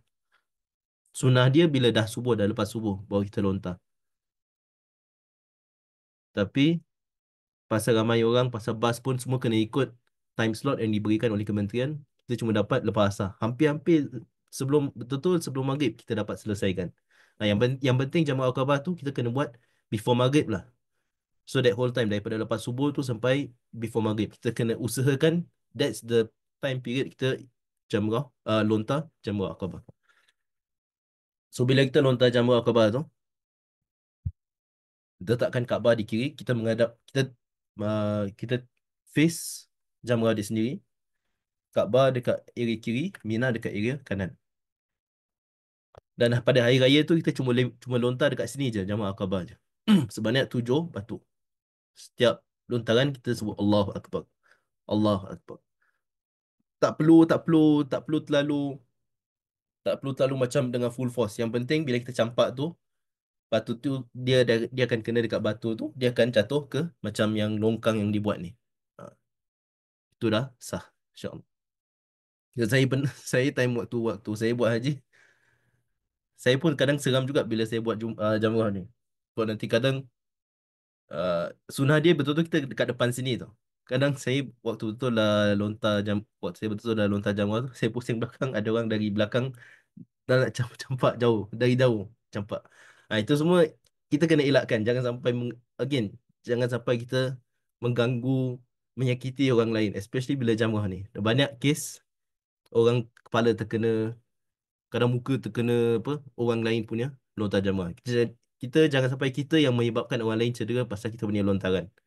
Kita ikut sunnah dia as near sedekat mungkin dengan jamaah dia. Kita bila kita lontar, Allah akbar, Allah akbar, Allah akbar. Dan kita bertakbir dan berdoa sampai bila dah selesai tujuh tu, dan takbir dan kita berdoa menghadap kiblat, menghadap ke arah Kaabah.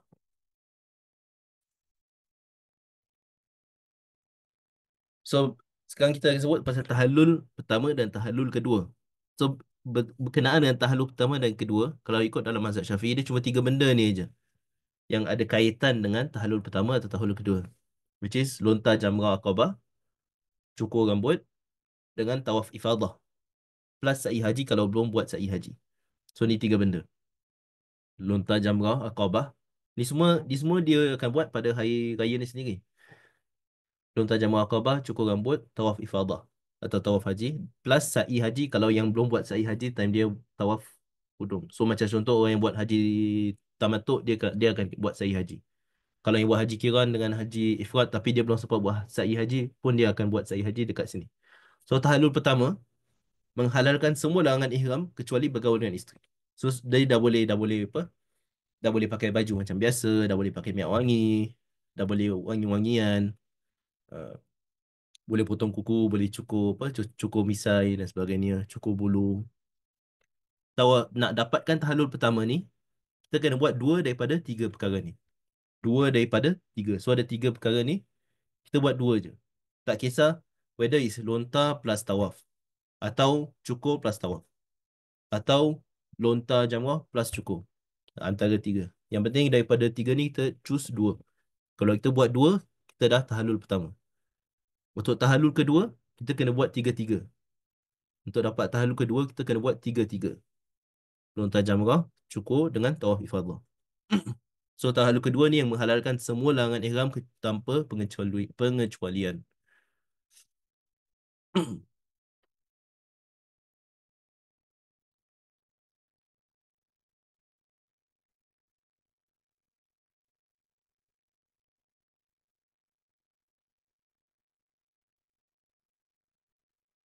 So ni kadang ada sebahagian yang lagi lagi rela untuk tawaf pakai baju biasa kan.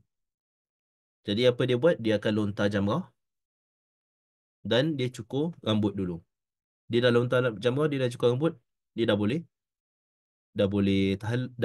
tahallul pertama. Jadi nanti dia tawaf ifadah dan sa'i dia boleh pakai baju biasa. Ini satu-satunya tempat sekarang, the only time yang sekarang boleh tawaf haji pakai baju biasa. So even sekarang macam sekarang sebelum waktu haji kalau kita pergi umrah Ramadan ke apa tu dulu semua, kita akan nampak dia orang tak akan kasih orang pakai baju biasa untuk turun bawah kan. Tapi time haji nanti kita pakai baju biasa boleh tawaf dekat bawah macam zaman-zaman dulu. Sebab itu kalau ni lah kalau yang dah tahallul pertama, dah lontar jamrah, dah cukur rambut, jadi dia boleh tawaf ifadah pakai baju biasa. Tak masalah.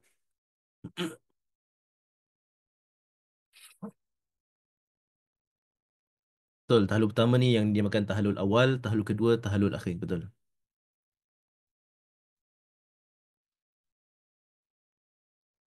So ini berkenaan tahallul pertama dan tahallul kedua. Kemudian kita sampai kepada wajib haji lagi satu, which is mabit di Mina.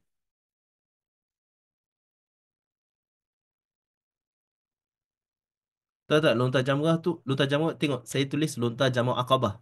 Bukan lontar jamrah tiga-tiga. Lontar jamrah Aqabah, which is pada hari raya dia sendiri, pada 10 Zulhijjah, pada hari raya Idul Adha. Lontar Jamrah 3 tu itu wajib, itu bukan rukun, itu wajib yang dikerjakan pada ayam tasyrik. Itu dah tak ada kena mengena dengan tahallul. Itu cuma wajib haji tapi tak ada kena dengan tahallul. Yang kena mengena dengan tahallul is Jamrah Aqabah pada hari raya ni sendiri. Pada hari rayanya pada Idul Adha ni sendiri. So kita mabit di Mina ni di antara wajib haji. So balik kita stay dekat camp Mina, mabit pada 11, 12 dan 13 Zulhijjah. Ini pun lagi tertakluk pada pada apa? Arahan daripada kementerian. Kadang ada yang kena delay, ada yang dia punya movement dia di restricted dan sebagainya. Tapi kita buat mana yang mampu lah. Dan mabit ni,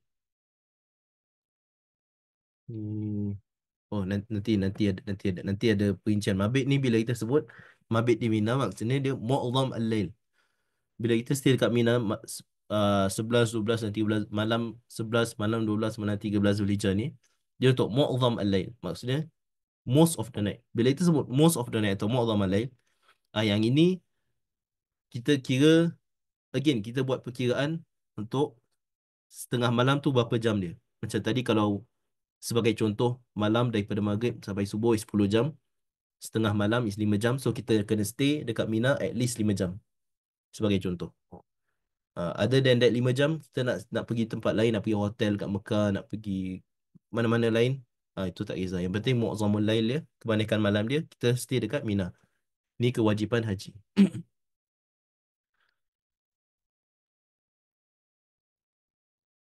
Jadi kita dah, Alhamdulillah kita dah settle sampai Hari Raya Idul Adha. Dah habis 8 Zulhijjah, Yaum Arafah dengan Yaum Idul Adha atau Yaumun Nahar 10 Zulhijjah. Sekarang kita masuk pada tanggal 11, 12 dan 13 Zulhijjah. The last 3 days of Haji. The last 3 days of Haji ni, the amalan yang kita buat, the only amalan yang wajib untuk haji is lontar jamarat. Lontar jamarat ni bila waktu dia? Start daripada lepas Zuhur. Ni bukan yang hari raya Ini yang lepas hari raya untuk tanggal 11, 12 dan 13. Bila waktu melontar dia? Daripada lepas Zuhur, ba'da zawal, sampai sebelum subuh hari esok dia. Beza daripada Jamrah Aqabah. Jamrah Aqabah pada hari raya, pada tanggal 10 Zulhijjah tu, kita lontar sebelum maghrib. So daripada subuh sampai sebelum maghrib. Tapi kalau lontar 3 jamrat pada ayam tasyrik pada 11, 12, 13 Hijriah ni, kita lontar daripada lepas Zuhur sampai sebelum subuh esok hari dia. Cuma macam saya sebut yang di the last session, dia apa? Dia again tertakluk pada arahan daripada kementerian. Macam tahun lepas, arahan kementerian dia larang untuk lontar jamrah antara pukul 10 sampai pukul 4. So sampai pukul 4 tu tak ada orang boleh lontar jamrah. Orang boleh cuma dapat lontar jamrah lepas pukul 4. Dan lepas pukul 4 tu semua akan nak lontar jamrah kan. So dia akan memang akan sesak dan sebagainya.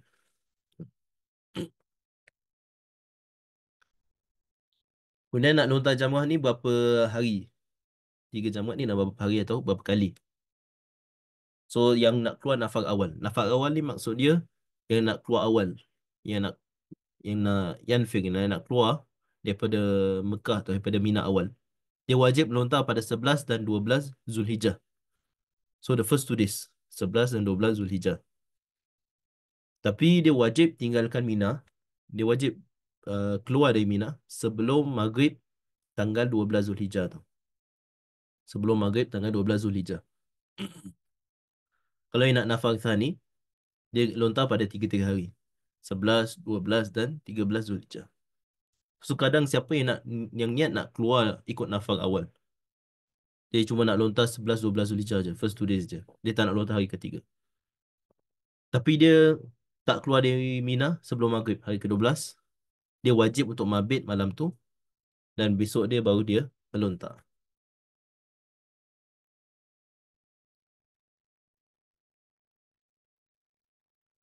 Muzdalifah tak perlu mu'dham al-lail.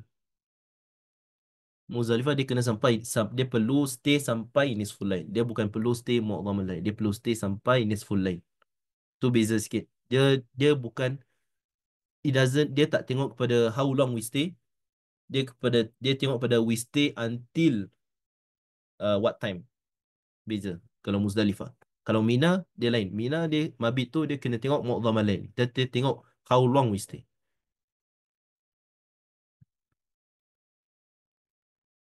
Eh, kalau balik se, balik ke Jeddah 11 Zulhijjah maksudnya macam mana tu? Saya kurang faham. Pasal macam mana pun semua agensi dekat Saudi dia akan at least stay sampai 12 Zulhijjah. Tak ada yang dah 11 Zulhijjah.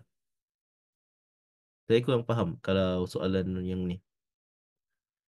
Sebab yang setahu saya semua agensi yang haji dari apa orang apa yang mukimin yang ada iqamah dekat Saudi, semua dia akan biasanya dia akan semua nafar awal. Tapi means dia akan stay sampai 12 Zulhijjah. So 12 Zulhijjah tu sebelum maghrib biasanya dia orang dah akan gerak balik ke Riyadh, ke Damam dan sebagainya.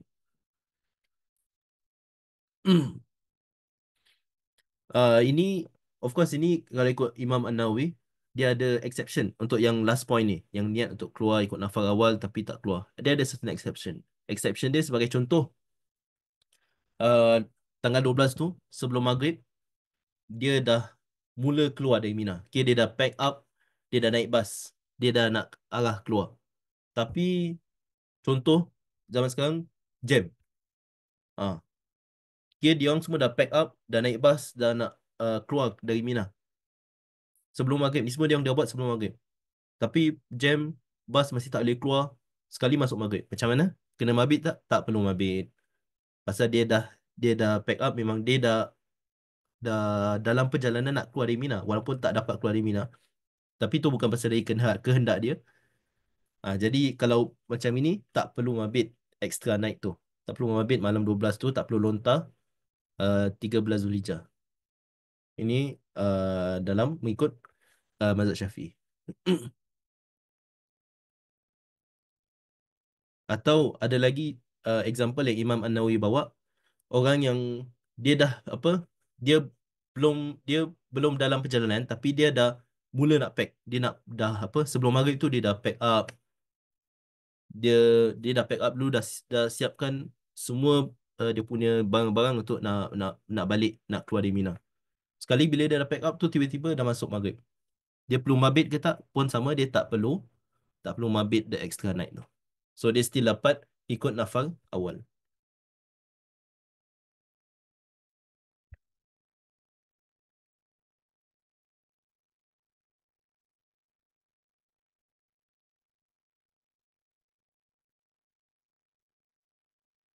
Yang plan tak keluar keluar dari Mina 13 Zulhijjah dia nafar thani. Yang plan keluar dari Mina 13 Zulhijjah dia nafar thani.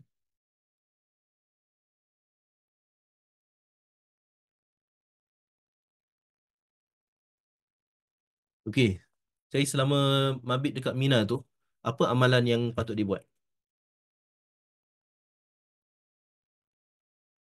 Selama selama mabit di Mina tanggal 11 Zulhijjah, 12 Zulhijjah untuk yang nafar thani sampai 13 Zulhijjah. Apa amalan yang patut dibuat? Banyakkan ibadah seperti baca Quran, doa, zikir. Dan kadang mabit di Mina lebih dari setengah malam. Mu'adham al-lail. Antara sunnah untuk yang mabit di Mina, antara perkara sunnah untuk yang mabit di Mina is every time sebelum keluar lontar jamrah tu mandi. So sebelum lontar keluar keluar untuk melontar jamrah tu, make sure mandi. Ini sunnah dia. Dan lagi satu sunnah, selama kita mabit di Mina tu, usaha untuk dapat solat wajib dekat Masjid Al-Khaif. Dekat Mina ni, dia ada satu masjid namanya Masjid Al-Khaif. Kalau tak silap saya tak ingat dia ke atas ke sini atau ke atas ke sini. Ni kalau yang yang belum pernah pergi, yang belum pernah haji, kita akan tengok dekat. Hmm, okay. Yang ini kalau dia tak cantik. Sekejap, Okey. Kita tengok yang ni, yang saya circle ini jamrah Aqabah. Yang saya circle ni jamrah Aqabah. Yang kita akan buat pada kalau apa pagi raya tu atau hari raya tu Idul Adha tu kita akan lontar di sini sahaja. Jamrah Aqabah saja. Ini jamrah wusta, jamrah yang tengah. Yang ini jamrah sughra, jamrah yang kecil. So ni tiga-tiga ni semua.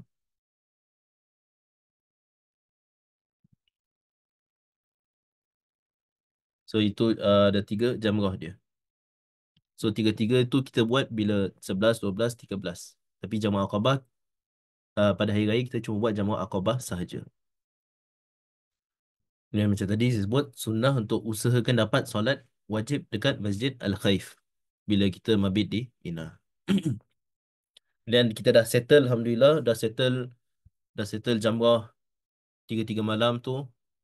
Terakhir kita buat, terakhir yang kita akan buat sebagai seorang haji atau hajjah yang dah selesaikan haji. Alhamdulillah, dah settle tahallul thani dah. Semua dah settle. Maksudnya untuk unless yang ni lah yang tawaf ifadah. Yang tawaf ifadah dia jamakkan dengan tawaf wada. Itu belum tahallul thani kan. Tapi most of the amalan haji kita dah settle. Wajib-wajib haji kebanyakan kita dah settle. So akhir ini yang kita akan buat adalah tawaf wada. So tawaf wada ni dia wajib untuk melakukannya. Dia wajib untuk melakukan tawaf wada.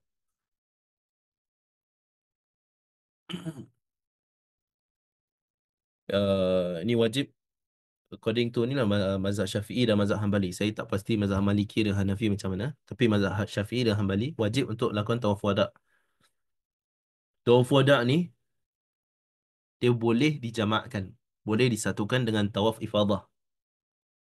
Untuk yang belum sempat melakukan tawaf ifadah.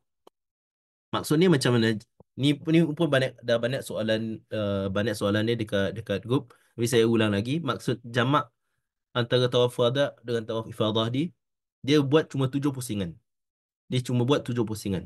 Tapi sebelum dia buat tawaf tu, dia niatkan, ya Allah, aku melakukan tawaf ni, tawaf wada, aku jamakkan dengan sekalian sekaligus dengan tawaf ifadah. Dia niatkan untuk buat tawaf ifadah dan tawaf sekaligus tawaf wada untuk that satu tawaf. So cuma 7 pusingan, bukan 14 pusingan. Cuma 7 pusingan. Tapi make sure letak niat untuk buat dua-dua. Letak niat untuk buat dua-dua sekaligus. Ini penting sebab innamal a'malu binniyat. Innamal a'malu binniyat. Amalan kita sesuai dengan niat. Jadi kalau kita terlupa untuk niat, kita kena ulang balik. So make sure ingat untuk kita jatuhkan niat dalam hati kita. Kita buat tawaf ifadah sekaligus tawaf wada'.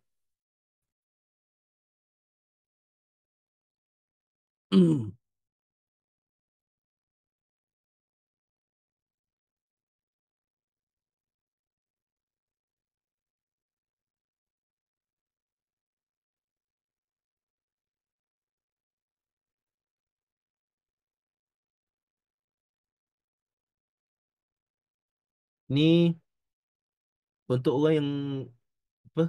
Yang korban dalam haji, which is untuk mutamatik, orang yang buat haji tamatuk dengan haji kiran. Dia korban, dibawa hadi kan, dibawa korban apa? Haiwan sembelihan, kambing sembelihan. Untuk yang buat haji kiran dengan haji tamatuk. Apa hukum dia tahallul? Korban ni tak ada kena-mengena dengan cukur rambut. Korban ni tak ada kena-mengena dengan tahallul, tak ada kena-mengena dengan cukur rambut. Ini kena take note.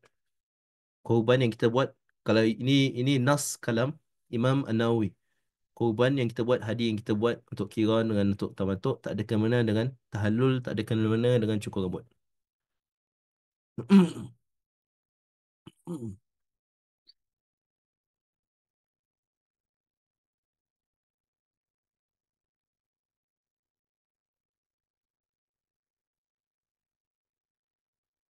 Niat bersyarat, niat bersyarat ni tak ada masalah. Kalau niat bersyarat ni dia khilaf hukum dia antara ulama. Kalau mazhab Hambali, hukum dia sunnah. Mazhab Syafi'i, hukum dia boleh, harus. Hukum dia jaiz, tak masalah. Kira dia bukan sunnah, tapi dia nak buat boleh. Dia niat bersyarat ni tak masalah. Dia niat bersyarat apa niat bila kita jatuhkan niat ihram tu kita ni kita sebut uh, wa in habasani habis fa mahalli haitsu habastani. Itu niat bersyarat dia. Bahasa Arab dia. Fa in habasani habis kalau ada yang menghalang aku, kalau ada halangan yang menghalang aku, fa mahilli haitsu habastani. Maka uh, tempat halangan halangan tu menghalang aku, di situlah aku uh, akan akan menghalalkan ihram aku. So itu sebelum itu hukum dia boleh, tak masalah. Boleh je niat bersyarat macam itu. Kalau mazhab Hambali hukum dia sunnah in fact untuk apa-apa nusuk kita buat umrah ke haji ke sunnah untuk kita make sure untuk kita niat bersyarat. Tak masalah.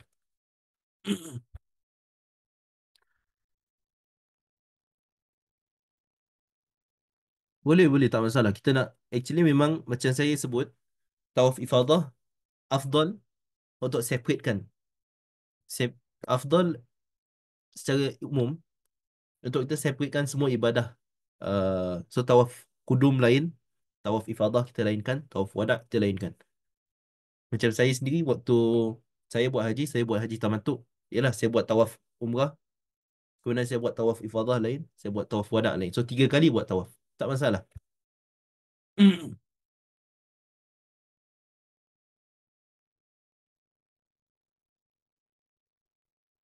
Nak buat tawaf ifadah tu tanggal 11 atau 12, dia sebelumkan dengan tawaf wada tak masalah. Okay, so itulah tawaf wada. Dan tawaf wada ni bila kita dah buat on the last day of kita buat dekat Mekah tu, kita wajib bersegera meninggalkan Mekah setelah menunaikan tawaf wada. Ini kadang mistake yang orang buat. Tawaf wada ni lepas tawaf wada dia stay 5, 6, 7 jam lama-lama dekat Mekah. Lepas tawaf wada dia balik, dia tawaf wada awal sangat. Jadi tawaf wada ni kita kena synchronize dengan travel agent kita. Travel agent kita macam contoh kata balik macam pukul balik pukul 10 pagi contoh. Jadi kita agak-agak time lah tawaf wada kita. Agak-agak time tawaf wada kita uh, about 3-4 hours before. Jangan awal sangat. Jangan lambat sangat sampai kita tertinggal bas. Jangan lambat sangat sampai kita tertinggal bas tapi jangan awal sangat. Sebab kalau tak nanti kita dah habis tawaf wada. There will be like another 5, 6, 7 hours kemudian kita buang-buang masa kat Mekah, kita pergi shopping dulu apa dulu. Tak, ini semua tak boleh. Kita kena dah tawaf wada tu, dah selesai tawaf wada, kena bersegera meninggalkan Mekah. That's the whole point of wada. Wada ni perpisahan. The whole point of kita dah berpisah. Dia macam imagine kita uh, kita dah jumpa kawan, lepas tu kita dah goodbye, Assalamualaikum. Lepas tu kita tak bergerak. Kita belum berpisah, kita masih stay. Tak masuk akal kan kita punya bye, Assalamualaikum. Jadi masuk akal ni bila kita dah bye, Assalamualaikum apa semua, kita akan berpisah. Kita tak akan stay lagi, berbual lagi, panjang lagi. So sama, kita tawaf wada ni seolah-olah macam kita macam nak cakap goodbye dekat Kaabah, dekat Mekah. It doesn't make sense untuk kita stay lama-lama lagi. Kita dah cakap goodbye, kita kena goodbye lah. Kena beredar as soon as possible daripada Mekah.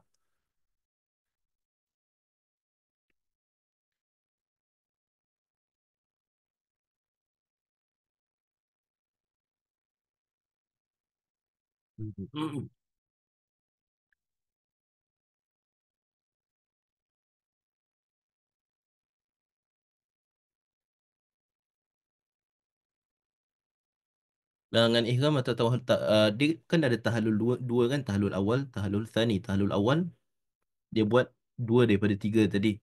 Ni ada soalan tadi. So tahallul awal kita buat 2 daripada 3. So kita boleh je langan ihram, terlepas dia langan ihram bila kita dah buat jamrah dengan kita dah potong rambut. So tak ada masalah. So nanti ifadah dan sa'i bila kita bila dah dah habis haid, kita boleh mendatangi dia lah, mendatangi kita buat balik tawaf ifadah bila kita dah selesai haid. Tak masalah. Itu baru nanti kita tahallul kedua, tahallul tsani. So itulah secara umum. So ini kita macam summarizekan the whole journey. of uh, Hajj punya route. Kita start dekat mana? Kita start dekat miqat, dekat ihram. Dekat ihram kita tukar kepada pakaian haji dekat ihram ni. Kemudian kita sampai ke Mekah, masuk langkah kaki kanan dulu. Kemudian kita tawaf di Kaabah. Kemudian ini untuk yang mutamatik lah, nampak dia tukar lagi kepada ihram. Ini kalau apa, kalau haji kiran dengan haji ifrad tak ada nombor 4 ni. Pasal dia akan stay dalam ihram. Kemudian Yaum Tarwiyah, dia stay dekat Mina. Zuhur, Asar, Maghrib, Isyak semua dia akan stay dekat Mina. Hari ke-8 Zulhijjah. Hari 9 Zulhijjah, Yaum Arafah, day of Arafah, dia akan wukuf di Arafah dari Zuhur tu sampai Maghrib. Wukuf, doa dan sebagainya. Kemudian lepas Maghrib tu akan bergerak pergi Muzdalifah. Solat Maghrib, solat Isyak, dan kalau mampu, kalau sempat, kalau bas masih stay, kita boleh sunahkan untuk solat subuh, solat fajar sekali. Lepas solat subuh, solat fajar, bergerak ke Mina. Campak atau lontar Jamrah Aqabah, Jamrah Kubra, 7 batu. Dan ni kemudian dah selesai Jamrah, kemudian kita settlekan hadi atau sembelihan. Sembelihan ni, kalau saya tak pasti kalau jemaah haji yang dari luar negeri macam mana. Sebab saya belum pernah ikut jemaah haji dari luar. Tapi kalau yang jemaah haji yang untuk untuk mereka yang bekerja dekat Saudi, seperti contoh yang ada iqamah dekat Saudi, biasanya untuk hadi atau untuk sembelihan korban untuk yang buat haji ni, kita akan buat secara online. So kita akan bayar online, dan nanti bila dah settle, dia akan hantar kita SMS. Dah selesai kita punya korban. So kita tak buat sendirilah. Kita just bayar online, dia akan hantar kita sertifikat dia semua sebagainya online. Semua dari government punya bodies ni, official Saudi government punya apa badan. Kemudian dah habis tu cukur rambut. Dah cukur rambut, dah settle tahallul awal, first tahallul. So dah boleh buat semua larangan ihram, semua dah terlepas, kecuali bersatu dengan suami isteri. Satu suami isteri. Kemudian tawaf ifadah, kemudian sa'i haji, yang belum buat sa'i haji. Ini semua amalan hari raya Idul Adha dia sendiri. Kemudian Jamrah Aqabah. Kemudian tanggal 11, 12 dengan 13 buat Jamrah 3, Jamrah Aqabah Kubra, Jamrah Aqabah Kubra, Jamrah Wusta dan Jamrah Sughra. Kemudian tawaf wada. Bila dah tawaf wada tu, sudah akhir kita punya perjalanan haji. Sudah akhir perjalanan haji kita. Dan setelah itu lepas tu depends lah. Kalau kita yang datang dari Madinah, kita dah pergi Madinah. Kalau yang belum pergi Madinah, biasanya dah lepas tawaf wada tu, dia akan berangkat pergi ke Madinah.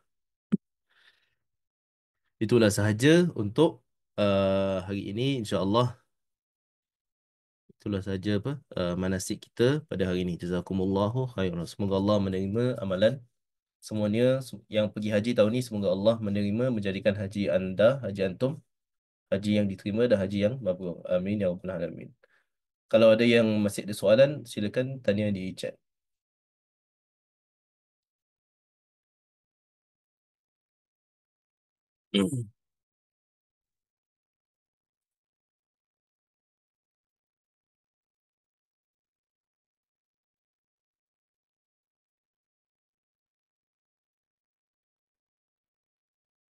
Mana yang afdal untuk cukur rambut? Ini zaman Nabi, sahabat dah tanya. Zaman Nabi, sahabat dah tanya.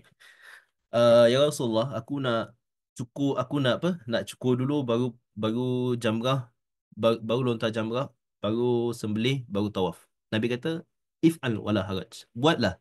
Tak ada apa? Tak ada apa-apa pada kamu. Tak ada dosa, tak ada apa. Haji sah. Ada sahabat lain tanya, nak kedepankan jamrah dulu, baru cukur, baru tawaf. Nabi kata if'al wala haraj. So dalam tertib, nak buat mana dulu? Nak buat tawaf ifadah dulu, atau nak buat cukur rambut dulu, atau nak buat lontar jamrah dulu? Tak masalah. Nak kedepankan yang mana? Nak nak tahallul awal, apa, cukur rambut, plus jamrah, atau cukur rambut plus tawaf, atau lontar plus tawaf. Tak ada yang lebih afdal. Semua boleh saja. Semua boleh. Solat atas plane ini kalau solat atas plane ni kalau ikut mazhab Syafi'i kita, solat ni berdiri kan rukun. Berdiri, qiyam dalam solat wajib ni rukun. Means kalau kita tak dapat berdiri, solat akan batal. Solat akan tak sah. So sekarang kalau kita dekat atas plane, kalau yang apa, yang naik Saudia tak ada isu, tak ada masalah. Kalau yang naik Saudia, sebab Saudia memang dah ada sediakan musolla kan. Dia dapat solat sempurna rukun, dapat berdiri, dapat apa semua sempurna rukun dia, dan dapat menghadap kiblat. Biasanya dia akan tunjukkan kiblat ke arah mana. Kalau yang kapal terbang lain yang tak ada sediakan musolla, kalau saya secara peribadi, saya bila atas plane tu saya akan cari ruang yang saya dapat berdiri. Jadi saya akan keluar daripada seat. Biasanya saya akan solat dekat tempat biasanya kalau stewardess kan ada tempat duduk. So tu akan ada ruang untuk berdiri. So saya sebelum berdiri tu saya akan apa uh, buka dia punya tengok perjalanan kapal terbang dia. Lepas tu kita boleh tengok kepala kepala kapal terbang dia tengok kiblat ke arah mana. So tengok kiblat ke arah mana dulu. Kemudian pergi ke tempat stewardess. Kalau dia ada, minta izin, tanya aku nak solat sekejap. Ada yang solat lah. Menghadap kiblat dalam keadaan berdiri. Kalau kita tak dapat berdiri, sedangkan berdiri ni, sedangkan berdiri ni apa? Sedangkan berdiri ni rukun solat.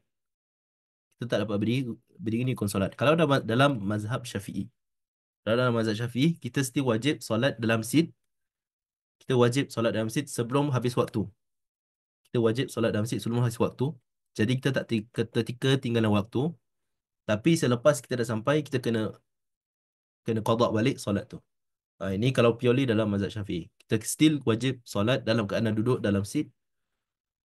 Tapi lepas tu, bila kita dah sampai location yang kita boleh berdiri, kita wajib ulang balik solat tu. That's why untuk saya, secara peribadi, kalau kita boleh solat dalam plane dalam keadaan berdiri, kita usahakan. Kat mana pun. Asalkan tak mengganggu orang, tak menghalang orang jalan keluar masuk. Dan usahakan lah untuk dapat solat dalam keadaan berdiri tu. Kalau kita tak dapat juga, kita wajib solat dalam keadaan duduk tapi kena qada balik. Ini dalam mazhab Syafi'i. Kalau dalam kalau tak silap saya, kalau dalam mazhab Hambali, ini dikirakan sebagai uzur atau dikirakan sebagai darurat. So kalau kita solat dalam keadaan duduk tu, kita tak perlu ulang balik, tak perlu qada balik. Ini untuk solat di atas kapal terbang.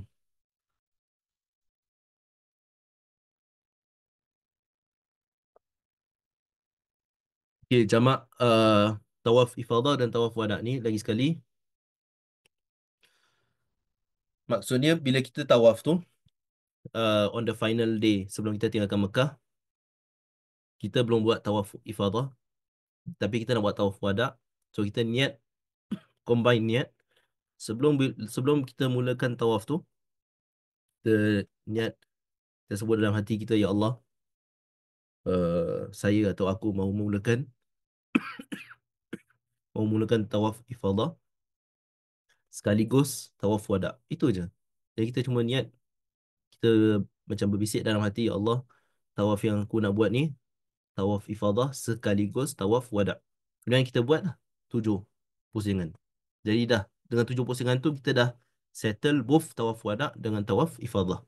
Itu maksudnya jamak antara tawaf ifadah dengan tawaf wada. Kalau perempuan yang haid, semua rukun boleh buat kecuali tawaf sahaja. Sa'i tak ada sa'i tak ada syarat, sa'i tak ada apa? Tak ada tak ada syarat untuk bersih daripada haid, tak macam tawaf. Tawaf saja yang kita tak boleh buat.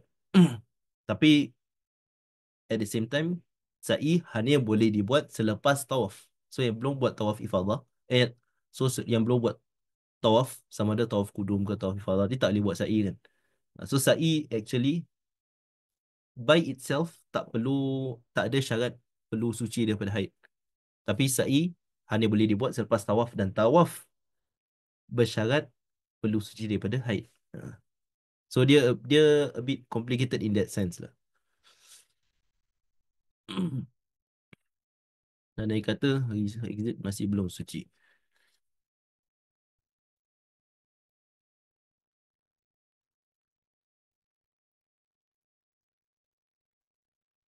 Boleh, kalau hari exit masih belum suci, ejen dah semua bas dah bawa balik pergi Jeddah.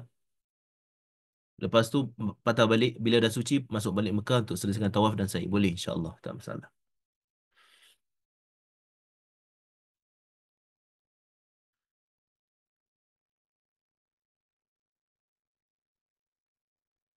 Advice untuk yang nak buat haji, preparation. Preparation sebelum buat haji ni sangat-sangat penting. So prepare secara mental dengan secara fizikal. Secara mental antara dia prepare kan make sure dalam handphone tu. Pasal dari, pasal kalau ingat dari awal sampai akhir slide, banyak slide, dalam banyak slide saya letak sunnah memperbanyakkan doa. So what does that mean? Dari sekarang yang nak buat haji, make sure kita dah ada sediakan. So pasal memang kita manusia, ingatan kita tak kuat. So preparekan dari sekarang. Apa doa-doa yang kita nak baca bila haji tu? As much as possible doa yang kita nak kumpulkan, doa-doa yang kita nak baca, kumpulkan dari sekarang. Siapkan dalam satu file, dalam PDF ke dalam Word document, kemudian simpan dalam handphone kita. Make sure dia ada, make sure dia dah apa, dah save dekat handphone. Jadi bila kita sepanjang perjalanan tu kita dah ada dokumen untuk doa yang kita nak baca bila kita haji. Jadi preparation tu penting tu. Jangan nanti bila dah Yaum Arafah baru kita nak sibuk nak teks. Ada apa, ada buklet doa tak, ada apa doa tak. Tak, kita dari awal, dari sekarang kita dah kumpulkan, dah kumpulkan, tengok doa-doa yang kita nak baca. Sama ada doa dia memang doa dia dah apa, memang Nabi baca atau sahabat baca, atau doa yang kita sendiri dari bahasa Melayu pun tak apa, kita tulis doa yang kita nak baca tu nanti. Dah prepare dari sekarang.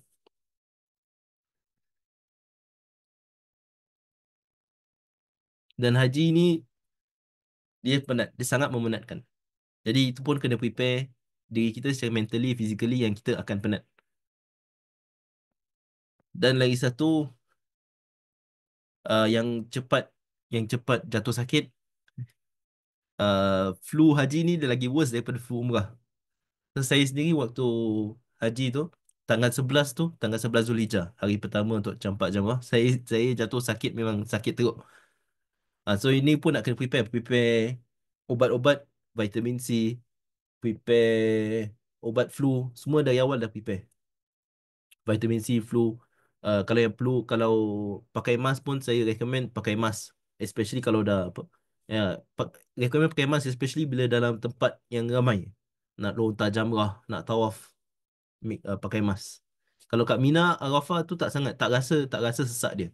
Dia rasa sesak dia bila nak lontar jamrah dengan tawaf dengan sa'i. Ini tiga tempat yang sangat-sangat sesak, dan ni tiga tempat yang biasanya virus dia cepat merebak. So ni tiga tempat, usahakanlah kalau kita ada mask, bawa mask. Dia pakai mask dekat tempat ni. Pasal mereka akan cepat sangat jatuh sakit kalau bila bila haji ni, sebab terlalu ramai orang. Jadi jadi apa, virus ni cepat sangat merebak. Itu antara ni lah, apa, advice untuk siapa yang akan pergi haji tahun ini insya-Allah.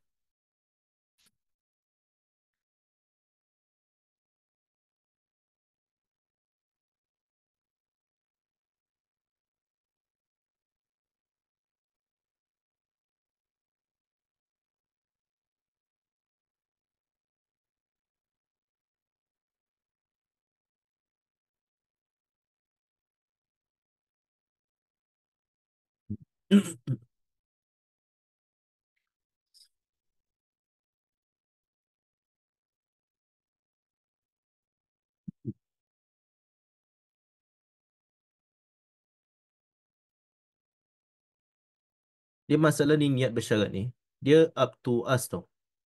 So bila kita dah ada niat bersyarat, then bila sampai hari exit kita masih tak suci dari hadas. Up to us, kita nak terus kira niatkan untuk batalkan haji. Sebab kita dah sebab kita dah ni ini pun antara satu penting which is amalan amalan apa? Amalan amalan ibadah kita secara umum kita boleh cut off in the middle of it except haji dengan umrah. Except haji dan umrah. Tapi even haji dengan umrah pun dia ada dia punya loophole which is niat bersyarat. So kalau kita dah buat niat bersyarat kita boleh uh, belum sempat habis kita cut off. Tapi it's considered as kita tak buat haji atau tak buat umrah lah. So that's the thing. So kalau kita dah buat niat bersyarat, hari exit masih belum suci dari hadas. Kalau kita nak memang completekan haji kita, counted as kita dah buat haji, kita perlu buat tawaf ifadah dengan sa'i. Kita perlu buat tawaf ifadah dan sa'i. Tunggu sampai dah suci. Kalau kita nak, kita tak buat tak buat tawaf ifadah dengan sa'i. Tapi consider kita tak buat haji. Which is a waste. Sebab kita dah buat all that journey kan. So the best thing is memang kita dah buat niat bersyarat tu.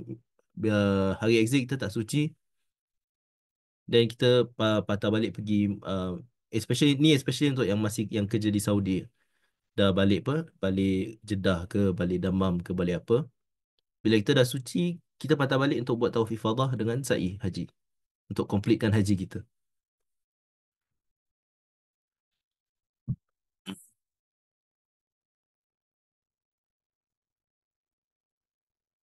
Again, hukum asal dia, tutup muka dengan mask tak boleh. Itu hukum asal. Tapi kalau ada uzur dia, ada keperluan dia. Macam untuk kita nak uh, kita sendiri sakit, tak nak menjangkit orang lain, atau kita tak nak dijangkiti orang lain, then tak ada masalah, tak ada isu. Dia hukum asal dia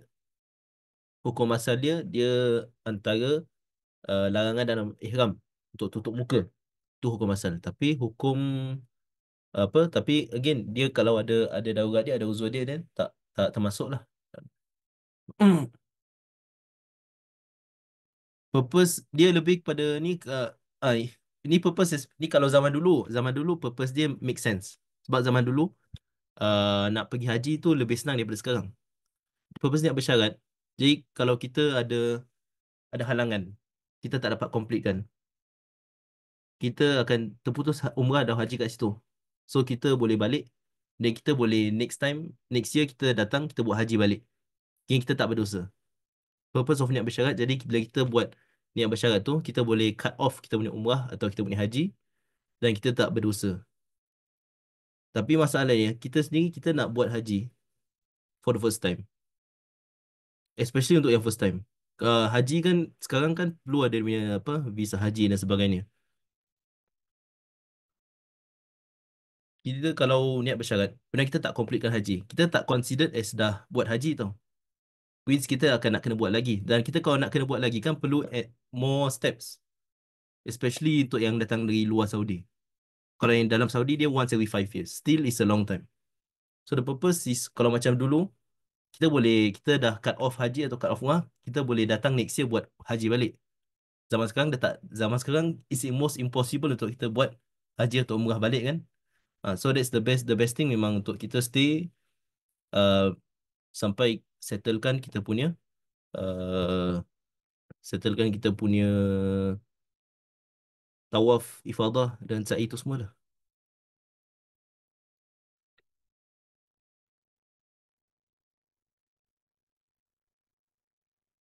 Kena dam. Kalau pakai mask tanpa sebab kena dam. Kalau pakai mask memang ada tujuan atau ada hajat, then tak perlu bayar dam.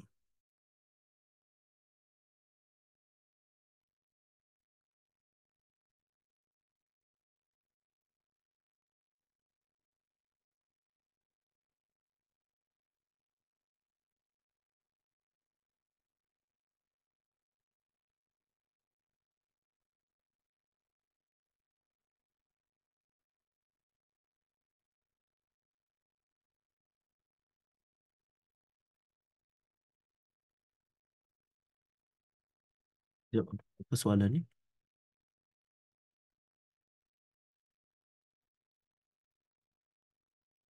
Kalau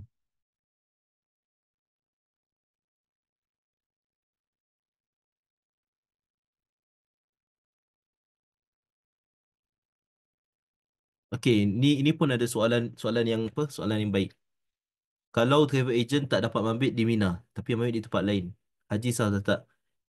Pas ini pun kita kena ingat uh, kena ingat Mina ni dia tak cukup untuk tampung 2 juta orang. Mina dia tak mampu untuk untuk tampung 2 juta orang. So memang akan ada orang yang tak dapat mabit di Mina. Especially yang buat haji dari within Saudi. So dia akan mabit tempat lain. Haji dia sah. Sebab dia bukan tak mabit di Mina daripada keinginan sendiri, tapi memang pasal darurat. Ini ada fatwa Syekh bin Baz, fatwa Syekh bin Baz di mana Syekh bin Baz sebut gugur kewajipan untuk mabit di Mina bila ada bila ada macam ini lah. Bila kita apa ada arahan daripada kementerian memang dah tak boleh masuk pasal dah terlalu ramai orang dan sebagainya, ya haji tetap sah insya-Allah. Jadi kalau dalam kes tu dia tak perlu bayar dam. Hmm. Tak, hadi untuk haji tu tak dikira korban biasa. Pasal hadi untuk haji tu kan dia dia terikat dengan nusuk yang kita buat, dengan haji yang kita buat, haji tamattu atau haji kiran. Itu bukan untuk seluruh keluarga, untuk orang yang buat haji itu sendiri.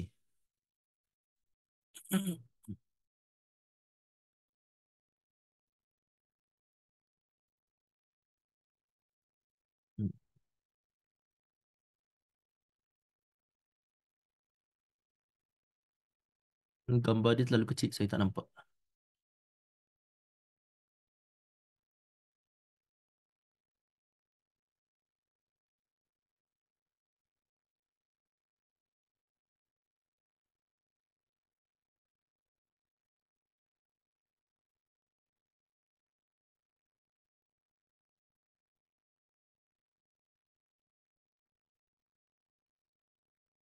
Okey, nampak ni dah tak ada lagi soalan lain. Kalau gitu, kita tutup dulu majlis ni, insya-Allah. Kalau nanti ada lagi, kebetulan nanti tuan-tuan puan-puan antum ada soalan yang tergerak dalam hati, nanti boleh boleh tanya je lagi insya-Allah dalam grup lah. Jadi dengan oh, okey, last soalan last soalan, lepas tu kita insya-Allah tutup pasal dah nak pukul 11 kan. Ha.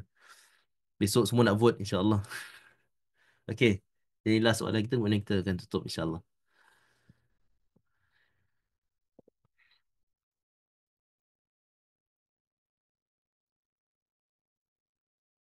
Tak, untuk Haji Ifrat dia buat haji sahaja, niat haji sahaja.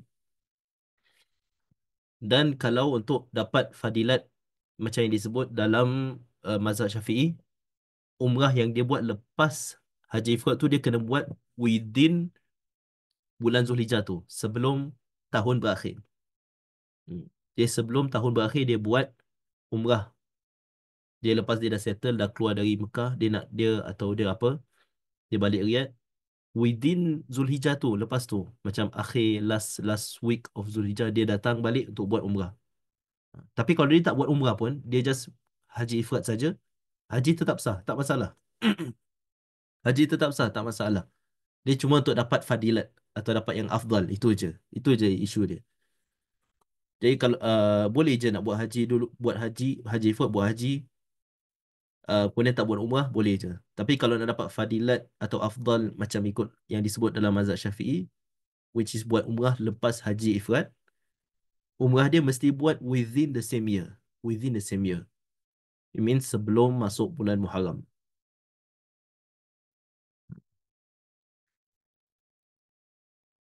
Dia bukan dalam sebulan dua, dia mesti within the same year. Sebelum masuk bulan Muharram dia kena buat umrah. So ada time limit. Kalau nak dapat itulah yang afdal. Itu je. Okey. Dengan itu insya-Allah Kita akan tutup majlis ni dengan tasbih kafarah. Subhanakallahumma bihamdika asyhadu an la ilaha illa anta astaghfiruka wa atubu ilaik. Assalamualaikum warahmatullahi wabarakatuh.